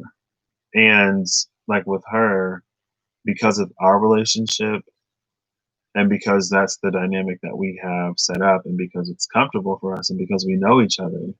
And it's not because we know each, it's like because neither one of us comes from a place of judgment. And we know that. Both of us come from a place of caring about the other, but also challenging the other when we need to be challenged. And we know that. And that ego between us is almost non existent. It's fairly non existent. And so whenever she challenges me or whenever she says something about me, that's something that like goes, it's like it bypasses all of the filters and goes directly to like the areas closer and closer to my core. Like it completely bypasses all the gates of ego. And that's something that's like really beautiful and that makes our dynamic as strong as it is. And again, like that's low key or high key. That's why she's one of my favorite people to read for, because she acts. It's not because she listens to me, but it's because like she's the type of person that rises to the challenge. And honestly, doing my journey alongside her has given me the courage to rise to the occasion when I need to. And she's not the only person that I journey with by far. But I don't know, it's like the things that I used to deal with, I don't really anymore. Or they're not as big of a deal anymore. And so there'll be sometimes where she's like, hey, you need anything? I'm like, I don't know, not really. Sometimes I just need to talk and I just need to vent in a safe space where things aren't gonna be like where it's not gonna turn into some kind of drama or something. Because like what I'm not about is drama. And so with her, again, it's a safe space where I can process things. Because again, especially now, it's like I know that the things that I experience in the way that I need to get me where I need to be. So the fact that I don't see anyone who's doing this or saying this doesn't mean that there isn't anyone doing it. It just means that I'm being put on the spot to are like going back in the past. It meant that I was being put on the spot to voice my own perspective. Because again, if I would have found people saying what it is that I was feeling, I never would have used my voice. I never would have said anything. I would have been like, oh, there are other people saying it. I don't have to. They have bigger channels, bigger audiences. It's like I don't have to put myself on the spot like that, so I won't. And then it came to the point in time where I had to. Because what nobody else saying what I wanted to be said. And one of the things, and maybe that's the emperor here, that is what drives me, and it's led me to this magician in the mirror energy, is that like as spiritual people, or even as like a faith-based person, personally, I feel like it's kind of irresponsible to use your voice to speak. See, this is where I do that annoying. I annoy myself sometimes. It is perfectly humanly understandable to be afraid, unsure, or to be a little bit anxious and to prepare for the worst case scenario. And we should be prepared. But in my mind, it's like there's a fine line between preparing yourself for a worser case scenario and actively contributing to like that being your reality. And in my mind, it's like I'm not going to actively contribute to something being my reality that I don't want to be my reality. And I don't have to accept it. And personally, for me, this has been, even though things have been what they have been, and again, that goes back to the justice that I guess I didn't really talk about, but it's like this justice, and I talked about it a little bit. The justice and the chariot, where it's like the things that need to happen are the things that have to happen. Going back to the story, if you were on the Legacy Channel and you checked out one of the videos I did today, when I read the story of Jonah, when Jonah went to the city of Nineveh, and Jonah gave the people of Nineveh a warning that God was going to destroy that city. And they was like, we've heard of Sodom and Gomorrah, girl. The earth had already been flooded, and we ain't trying to go the route of those places. So we're going to get it together. It was a city of God-fearing people who I guess had lost their way. But after Jonah came and delivered that message, they got it together real quick. Even the king got it together and then made a royal decree, declared that his kingdom would also get it together. And because they got it together, the city didn't have to be destroyed. And then Jonah caught an attitude because God didn't destroy the city. And God, like, really? Like, you mad for why? Like, is it right for you to be mad that I didn't destroy this city? Hello? Anyway, I'm not going to go through that all over again. While I do accept that there are some things that have to happen, I am not going to just like concede all of my power over to somebody else and then just be like, you know what? I'm going to go off the grid and I'm going to run away. I was like, what? In my mind, it's like I can exercise a little bit more power over my reality than that. I can be a little bit more sovereign than that. I can believe and have a little bit more faith than just consigning everything to whatever. So instead, I chose to believe that we're going to get it together. We're going to see the things that we need to see. And enough of us are going to decide that we don't want to continue the old paradigms and systems that nobody likes. And that when enough do it, it's going to shift everything in another direction. I don't care what the stars used to say. I don't care about anything else. This is the reality that I am manifesting in my life. And I don't care if the physical does not affirm that. I will make it resonate to me. And that's the energy that I was in for basically since June. Because it was a lot of like, oh, this is happening and that's happening and things are getting bad and they're going to get worse. And in my mind, I'm just like, no. The little bit of manifested juice I have in me, it's no. This is not necessary. This is not needed. If it is necessary and needed, then, you know, what has to happen has to happen. But I don't believe it is. And I know that we can do this another way. And that's where I'm going to put my power. I'm going to be, and again, it's a code that I operate by that other people don't, because life is hard and unpredictable. And when life gets hard and unpredictable, we at least got to survive. But it's also been my experience that I've seen many people thrive this year. I've seen families expand. I've seen people get married. I've seen people get new jobs, better jobs, new houses, move, relocate, all in the space of a pandemic, all in the space of a crisis. So I'm not going to accept that it's not possible for me to continue growing and moving. I'm not going to accept it. I don't care what's happening. That's not going to be my experience. Now, if you want to use your power to make that your experience, that's your prerogative. That's your right. As a sovereign, creative being, you can make your life as difficult and bleak and challenging as you want it to be. But just because you make that choice doesn't mean that I'm going to align to it. It doesn't mean that I'm going to entertain it. And so if you're looking for someone that's going to entertain it, you might have to go somewhere else, because I'm not going to do it. Now, sometimes I'm like, oh, yeah, if I don't really want to talk about it or get into it. But if we're getting into it, then we're going to get into it. I'm like, no, I'm not. I don't like. I choose to put my faith somewhere else. And that's where I've been. And it's like, it's interesting because for some of what I came across that could have happened, to see it not happen, to me was affirming. And now to see a lot of the people getting on the pages that they're getting on now is even more affirming. If I have to be the only person who believes until everyone else sees, then I will be that, and I will do that. And I guess I'm powerful enough to do so. Because at the end of the day, I shape my reality. And for those who resonate, I guess I'll see you. For those who don't, I guess maybe I'll see a version of you that did.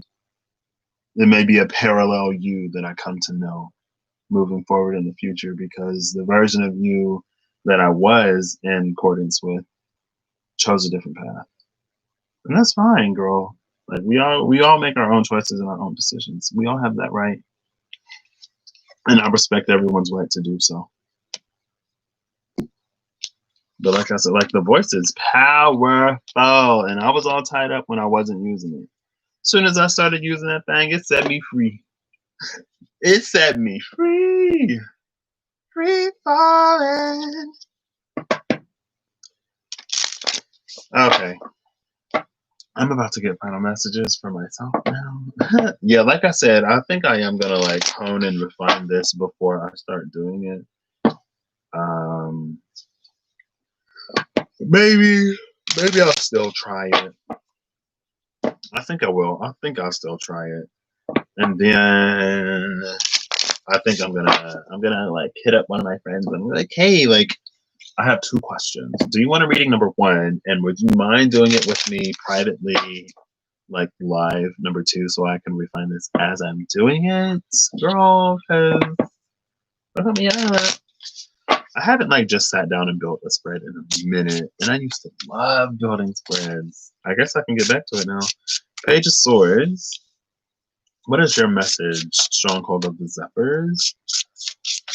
The Page of Swords. Oh, the Giver. The Giver almost came out. The Giver almost came out. The Six of Pentacles is like everywhere. For the last, I guess today is Christmas. So if the Six of Pentacles is like popping out, it is the season of giving and receiving. Okay, work, sis. Bottom of the deck is the Discerning One again, which is all about stepping across that portcullis, that portal into that brave new whatever, and having the discernment to know that when we choose and align correctly, there are certain things that we just don't have to worry about, girl. You ain't got to worry about boogeyman if ain't nobody in that field manifesting boogeyman. And the Journeyman, oh my gosh, I've been using the Journeyman edition of the Weaver Tarot. That's the lighter one. But the Journeyman is the one that came out with this. Now, this to me reads of like, again, it's kind of sort of that magician in the mirror energy. It's an energy of practice mastery. And kind of sort of like you're better than you think you are at doing this. And maybe it's been working out more than you think it has, that you've been doing this. And like I said earlier, it's like when we start to manifest certain things, it's kind of sort of hard to know like the limits of our ability and our power because you only have one experience. So who's to say, like in my world, right? Like who's to say that whatever I was manifesting for the collective was the reason why things didn't go like World War III nuclear or whatever?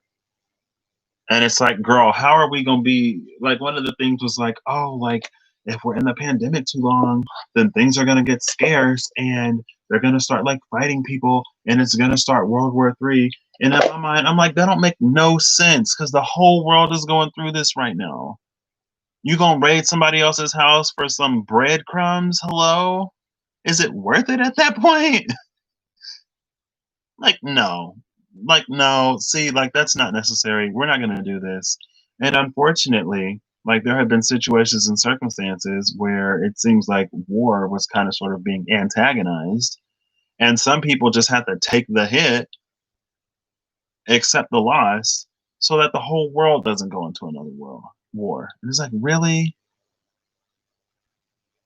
And those are the energies that we need to GTFO. And it's such an interesting paradigm or paradox that what is or who is the figurehead, who is so many people's savior, like runs the platform that he runs. And in my mind, it's like, is there some like disclosure that I want? Yeah. Are there some things that I want to change? Absolutely. For gosh darn sure there is. But if there's a hateful and divisive platform and agenda that's being run right now, like, is that any kind of savior that I want? No, not really. And fortunately, I don't have to choose this or that. I can choose to create what I want. And what I want is some heart, some compassion, some caring, and also like for us to be and go where it is that we can be and go.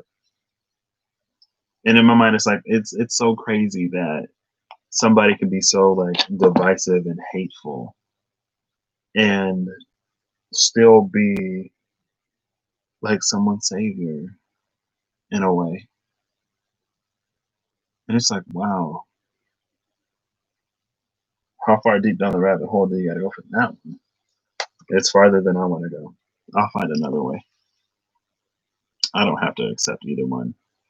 It's like neither one of these options is great, so I'm gonna choose a different direction. Thank you, though. You can manifest whatever you want. I am gonna read the I Ching for this. I just went all the way to today, but that's what this channel is for. This is my venting channel. This is the channel where I can be like real. And again, like if you watch me on the other channel, it's not that I'm not real over there, because when it happens, it happens. And I'm like, man, like I really want to just have fun one of these days. But we can just have fun when we're out of the woods, I guess. I'm gonna read the I Ching for the Page of Swords and the Eight of Pentacles real quick because I haven't I Chinged in a minute, and I love the I Ching. I'm gonna do it. So I'm gonna do it. Page of Swords and the Eight of Pentacles. This is Mountain Over Lake. Yep. Excuse me. Mountain Over Lake is number 41. Debilitation. F debilitation. Well, we'll see what it says. I'll be open-minded. Oh, I went too far. The infinite scroll had me going way too far. Okay.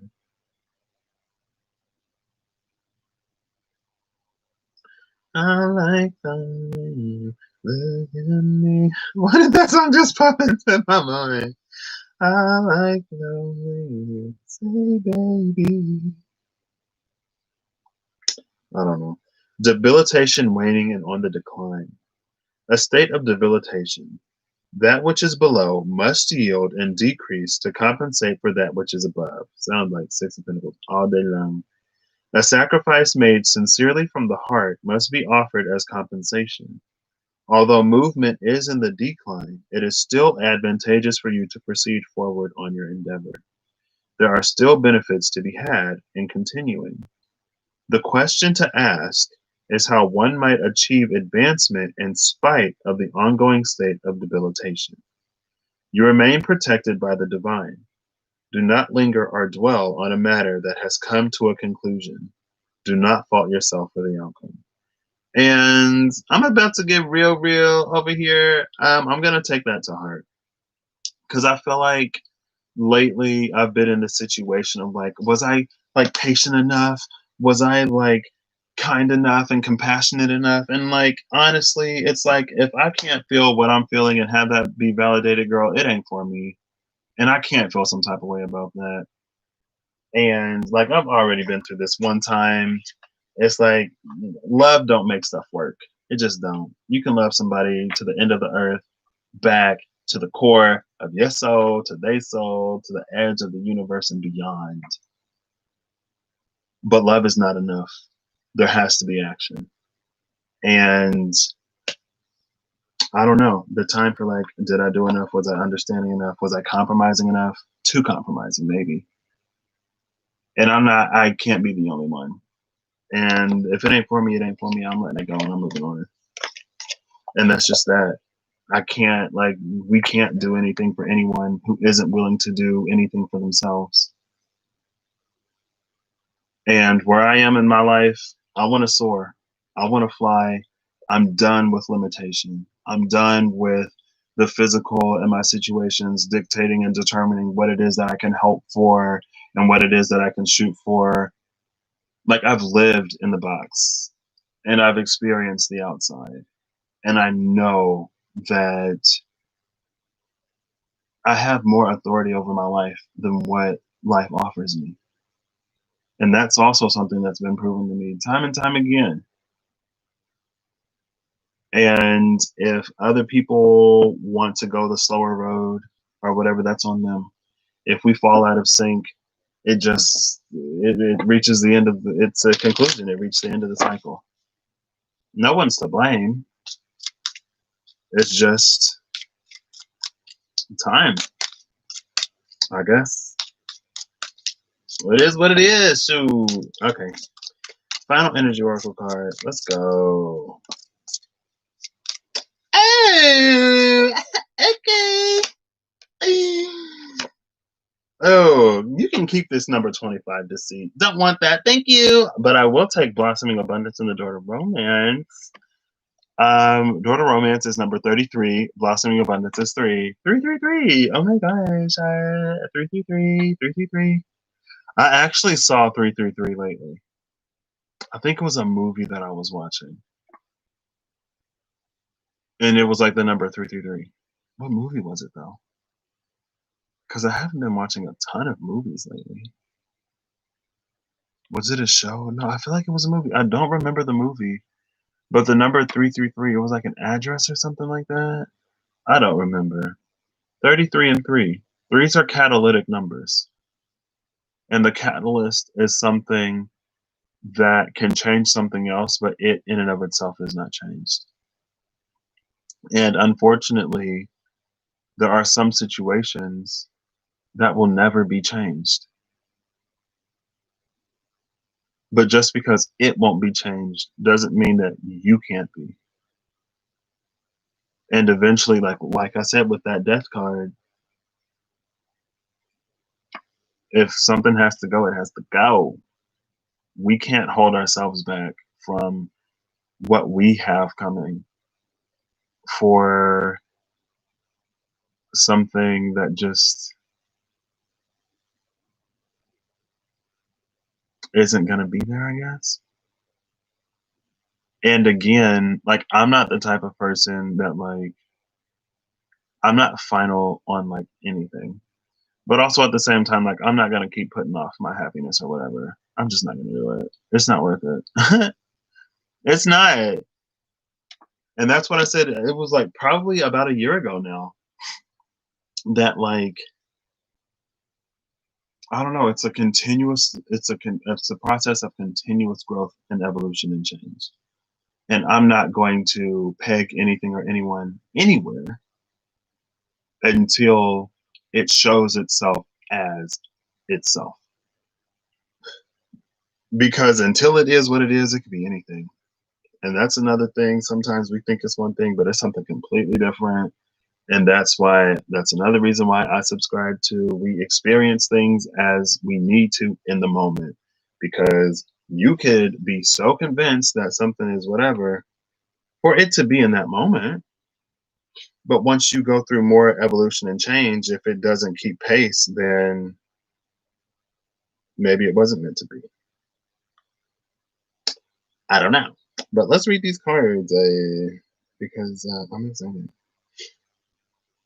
And like, this is stuff that I know is happening. Like, I know it is. And so I don't have to be overly attached to anything because it's going to be what it's going to be. Anyway, Door to Romance is new beginnings in love. Whether you're looking for a new relationship or just more love in the relationship you're in, this door with a heart opens onto a new beginning in your experience.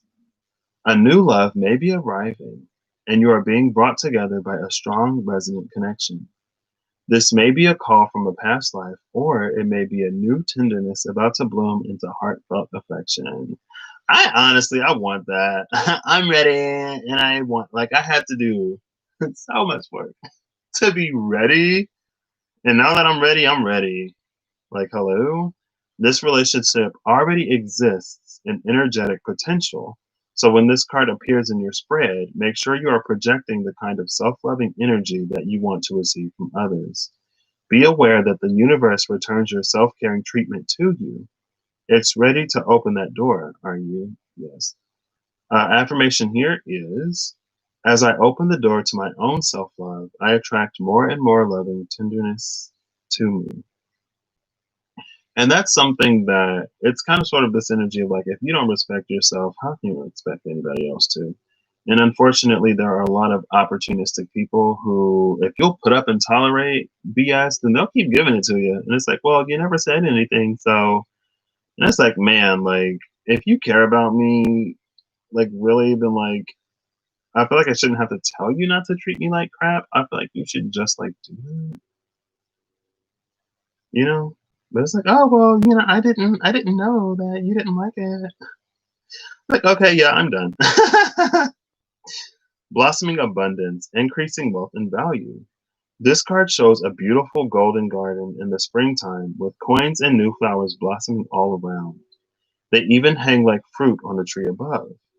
Upright, this card signals a new increase in wealth, possibly in a dramatic and unexpected way. I did see was it the Four of Ariel? There was one card, maybe it was, I think it was the Six of Ariel, that was like material needs being met in magical and unexpected ways.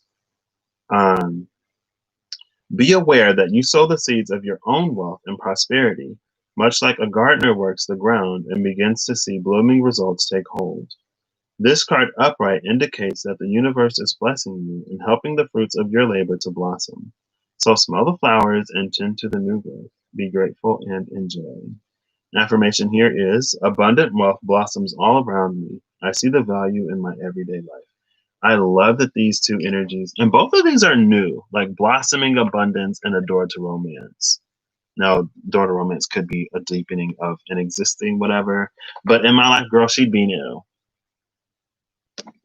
And like, this is what I've been manifesting. This is what I've been working for. Everything. Everything.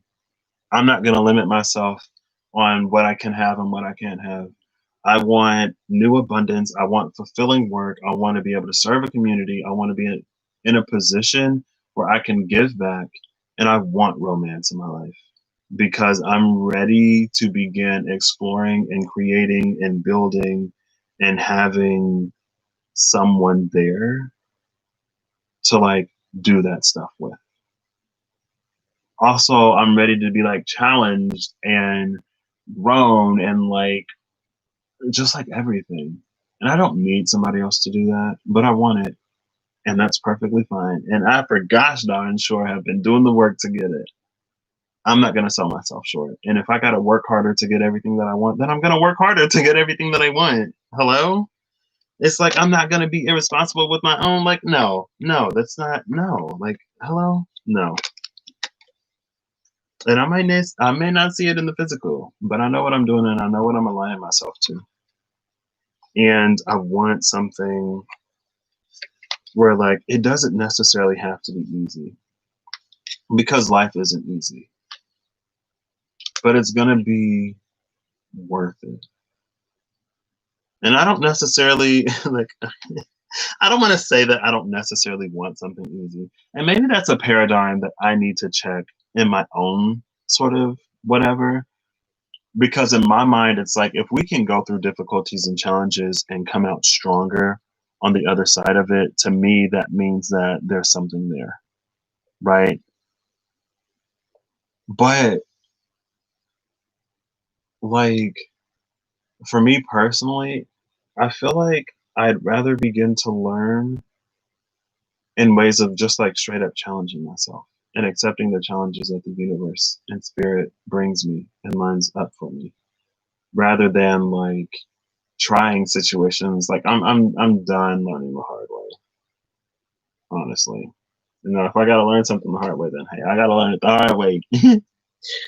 But it's just like I want a lot, and I'm not gonna compromise any of what I want for anybody because I know I can get all of it, and I know that again that I'm gonna do the work to get it and to maintain it. And so with that, I guess that's where I am. That's been my journey this year, and because that's been the journey that I'm on, like one of the things that I did not have on my 2020 list at all was 2020 vision. Like, wait, what? And it's like I don't even need reading glasses all the time. Like my eyesight has been terrible basically since birth. When I was a kid, I had Coke bottle glasses. And now all of a sudden, somebody's giving me some information that I've never had. What I thought was, first of all, what I thought was permanent and incurable is not only permanent and incurable, but also it's a very painless, quick, relatively simple procedure. And also, because I did the things that I needed to do earlier in the year, it's covered by insurance. So I don't even have to pay for it. What? Only caveat is that, and I kind of sort of overloaded myself, but it was also intentional because like after I graduate, I'm gonna be gone. So I need these eyes to be healed before like come New Year when I'm going out to like work. And it turns out that that's gonna work. But at the same time, I was doing everything else that I needed to finish. And I basically procrastinated to the point where there wasn't a lot of time. And something within me knew that I would have to do everything all at once. Because when I tried to do stuff before, I ran into so many challenges. Now, it's not that I didn't have challenges or obstacles when I like had a month and a half, like a few weeks to do two classes basically. Senior design, I had to do senior design 1 and 2. And I went to Purdue. I'm an engineering major. So senior design is a lot. It's a lot. Um, and they weren't the most responsive to my emails. And I was like, well, I guess I'm going to have to figure this out because it seems my help has run out. Um, but then I decided to throw the surgeries on like right on top of that. Now, when I scheduled the surgeries, I did my left eye first and then my right eye. Now, I primarily saw out of my left eye. And I talked to the doctor first, and then I went in to get it actually scheduled. And I was like, "Can I actually do my right eye first? Because I still got work to do, and I use my left eye mostly to do that. So if my right eye is down, like I don't really use that anyway." And she's like, "Oh, well, only the doctor would be able to switch eyes." And I was like, "Okay, well, work. So like it doesn't really matter. I'll keep it the way I had it. Also, like, can I bump up my appointments like a week before?" She's like, "Oh, that just filled up. So like no." I was like, "Okay, that's cool. Like work, fine." And she's like, "You got like one of the last appointments on the day that you got it on." I'm like, "Okay, work." Basically, I had to do it all at the same time. And did I have a moment where I'm like, "Oh my gosh, this is a lot"? Yeah, I did. Honestly, I did. And it was like it was a whole day. It was a whole like 2 day situation again. I feel like sometimes I don't know if I'm over exaggerating, but it seems like it's literally 2 days. It starts to get to me one day. The next day, I wake up like, "Oh my gosh, like what am I doing? What's gonna happen?" And then the day after that is when I come to that resolution. It's like, okay, it's go time. I ain't got time to waste like worrying about this no more. I'm just gonna have to do it. Long story short, I got more than what I was bargaining for, more than what I thought I was gonna get. Like, and like what's wild to me is like I've been also asking about this, and no one's ever seen anything or no one's ever said anything. And that's another reason why I believe that we experience the things that we experience in the way that we need to in the time that we need to. If my eyes wouldn't have gotten as bad as they did, I would have never stopped using video games and anime and other visual activities to distract myself from those conversations that I needed to have with me. It's because I lost my coping mechanisms and honestly my distractions that I had to begin doing the work on myself. And because I did, I'm in the position that I'm in now. And since I no longer need that to be an obstacle for me to get me to do what it is that I need to do, hey, all of a sudden, girl, your eyes are fine. Now, there are still some things with my eyes. Am I going to say that those can't be cured or remedied later? No. And I still believe that they will be, even if like technology and medicine and science isn't there right now, because discoveries happen overnight, girl. The divine could just drop in somebody. Oh, here's the solution that you're looking for. There it is. Aligning to this world where I don't need it to be an issue anymore. Therefore, it isn't an issue anymore. Like what?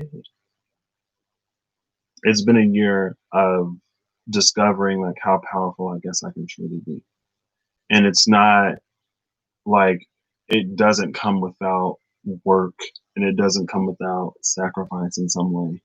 And it's nothing that I'm just getting. Like I've still been doing a lot. And I also discovered a new kind of sort of workaholic side of me that I didn't even know really existed. Like it was to the point where like I couldn't even sleep because I was always thinking about the work. I was like, well, let me work on the work. And now I think now I need to rest. And it's like, it's not that I feel bad for resting, but I'm just like in work mode and I'm ready to begin so badly. Really ready to start living my life. Cause I'm almost 28 years old, 25 years of my life. Basically the first 25 years of my life were lived in shadow with no future. Honestly, I didn't see myself living past 25 years old. I was like, if I make it to 25 and something hasn't happened, I might just do it myself because I don't want to be older than 25. Everything after 25 is a decline. Oh, little did I know, I turned 25. When I turned 25, something in me changed a little bit, or a lot of bit. And when I turned 25, I made the decision that like that old part of me would be what died. Like I gave myself until 25. Okay, shadow's gone. You had your 25 years of misery and darkness. Now I'm choosing to spend the rest of my life in light. And then what was it, that October? Before I turned 26, is when I had my darkest night. And then I started 2019 off like, you know what? Everything is going to change. So 26 was whatever, 27 I turned this year, 28 is next year. And I'm just like, wow, like there was a point in my life where I was so worried and concerned and upset about what was happening with my eyes that I was willing to make that choice and that decision. Only to find out like 2 years later that it wasn't necessary. Like I've had a bomb 2020, honestly. And I guess this is my place to like just release it because I know a lot of people haven't, and I don't want to like dismiss the experiences. Oh, there goes the selenite ball girl. Luckily, this time she didn't go into hiding. Oh, will that? No. Oh, there we go. I kind of like it better that way. Anyway. I know a lot of people haven't had that experience, and a lot of people have been challenged. And it's not that I haven't been challenged this year, but in every area that I've been challenged, I rose to the occasion. I made the choice and the decision to keep moving forward and to not allow things to slow me down. And I'm glad I did because, like I said, I'm ending this year with a degree that it's taken me nearly 10 years to get. My first semester was August 2011. What's also interesting is I was an RA 1 year, 2016 to 2017, and a lot of my residents graduated in May. I ended up coming out in December. So although I did by that point already have like 5 years on them, the fact that I can graduate in the same class as my resis is awesome to me. And that to me is also sort of reflective of like everything that I had to do at Purdue, I've already done. Also, like this space is something that held so much fear for me that like I would get depressed being this close to graduation. Like it was October. I was like a month and a half from graduation the first time when everything fell apart. And I was so afraid of the world after graduation and whether I'd be able to make it on my own because of my eyes and how I would navigate and like all this other stuff. And it like leached into all of the relationship anxiety that I had. Like, but I was so determined and committed to working through all that stuff when 2019 began that it's basically all sorted out. I'm just like, what? It's crazy. And while I am extremely grateful and still shocked and surprised, part of me is like, oh, but like this is what I was working for. This is what I not only is this what I was manifesting, but it's also what I was putting in the work for. This is what I've been growing and evolving for. So I'm not really shocked that it happened because I'm like, well, like I was doing it for a reason. So like, hello. But I am still like insanely grateful and it blows my mind. And I haven't cried yet, surprisingly. I think when I actually get my degree in January, I will cry. I might not. Maybe when I get my job, I'll cry. But I think also for me personally, it's like gratitude doesn't always look like crying. It's not always being overwhelmed because like things actually happened. It can be sometimes, and there have been moments where I've teared up because I'm just like, oh my gosh, I can't believe that. Like I was like high key depressed, like diagnosed major depressive disorder. I was on medications, group therapy. But when I decided, for me personally, and I know it's not the same for everybody, but for me personally, when I decided to face all of the things that I was afraid of, I didn't need the medication anymore.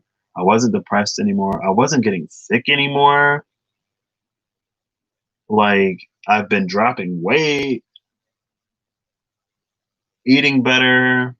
It's like when I decided to take care of that mental, spiritual, emotional stuff, well, it was mostly mental and emotional. And then when I made those spiritual advancements in my journey and progression, it's like my body just naturally aligned to more and more healthy things. Now, this room is a mess because I have more stuff than I have space to keep the stuff because I tried to downsize an independent life into this room at my parents' house. um, but like even my room was cleaner. And for me, that was huge because I'm like, whoa, like I'm very much so an organized chaos type of person. But it was just wild to see how everything was just like shifting and aligning because I was doing the stuff that I needed to do. And I wasn't running from it and I wasn't trying to get through it as quick as I could or taking shortcuts or whatever. And at this point, it's not that I don't have patience for people who haven't done the same or for people who aren't doing the same. But again, it's just a recognition that like we all go through things at our own time. And I can't sacrifice everything that I have, everything that I've been creating for myself for anything that doesn't serve me or for anything that doesn't serve their own highest good and potential. Because there's nothing that I can do. Can't do anything for anybody else that they don't want to do or that they aren't doing or that they won't do. Is it sad? Yeah. Is it unfortunate? Yeah. Is it life? Yeah. So I don't know. I feel like I kind of sort of dumped a little bit at the end, but that was nice. I can see why people call video making therapeutic. I feel like I should have had my face on screen for at least a part of this. Um, but yeah, that's where I've been. 2020 for me has been awesome. And like I said, it hasn't been without challenge. But I don't know. I'm done. Like I said, I lived 25 years and I'm young. Like there are people who live longer in that space. There are people who never decide to do it. But I've already like I've dedicated my time to that. I'm not doing it anymore. And I don't have to, which is amazing. And I know what I'm worthy and deserving of. So sometimes hard choices have to be made. That's what I got. I honestly genuinely hope that you have been doing the same, that you are doing the same, or that you will soon begin to do the same. Because for those who believe in and align with and put in the work towards bettering themselves and actually facing and addressing the things that come up, so much better is possible. Your experience will completely change.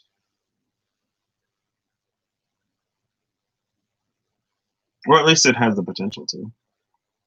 But we all have free will and we all have choice. We don't have to do anything that we don't want to do. No matter how much we're encouraged by spirit or the universe, we don't have to do it. You can choose to give into despair. You can choose to cope and distract, just like you can choose to rise to the occasion and to stand champion above those things. It's all a choice. Can the environment influence your choices? Yeah. Will your past influence your choices? Yeah. Will depression and anxiety and worry and fear influence your choices? Yeah. But do any of those factors make your choice for you? No. You still choose. The fact that there are people in worse situations, the fact that there are people in similar situations who make the choice to not be victim to their circumstances, it's not the environment that makes that decision. It's us. And we have to own the power of that choice. We also have to own how we've fallen short in the past. Accountability is huge. And if we don't have any accountability, it's almost like it's difficult to operate in those sovereign spaces. Because if you can't even accept the weight of the decisions that you make, who's going to put you in charge of a kingdom? Who's going to put you in charge of anything? Hello? Anyway, I feel like I've sufficiently rambled, and I'm going to go now. I hope you'll have a great time. There are, what, 8 days, 6 days? There's like 6 days, 5 days, 4 days. How many days?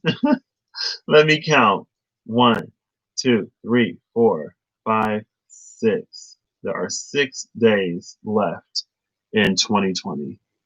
I hope you make the best of these 6 days to enter 2021 on the best foot you possibly can. And I honestly believe, like, it's as simple as deciding. And making that decision and sticking to it isn't necessarily easy, but it's literally as simple as deciding and then following through with that decision. Maybe constantly deciding, if you want to throw a little caveat on there. And like 6 days is plenty of time. A moment is plenty of time. But we all gotta take charge ourselves. So it's 222.7 right now. I kind of want to push it up to 222.22, but I'm not gonna do that. So I'll catch y'all later. Have a good one. Bye.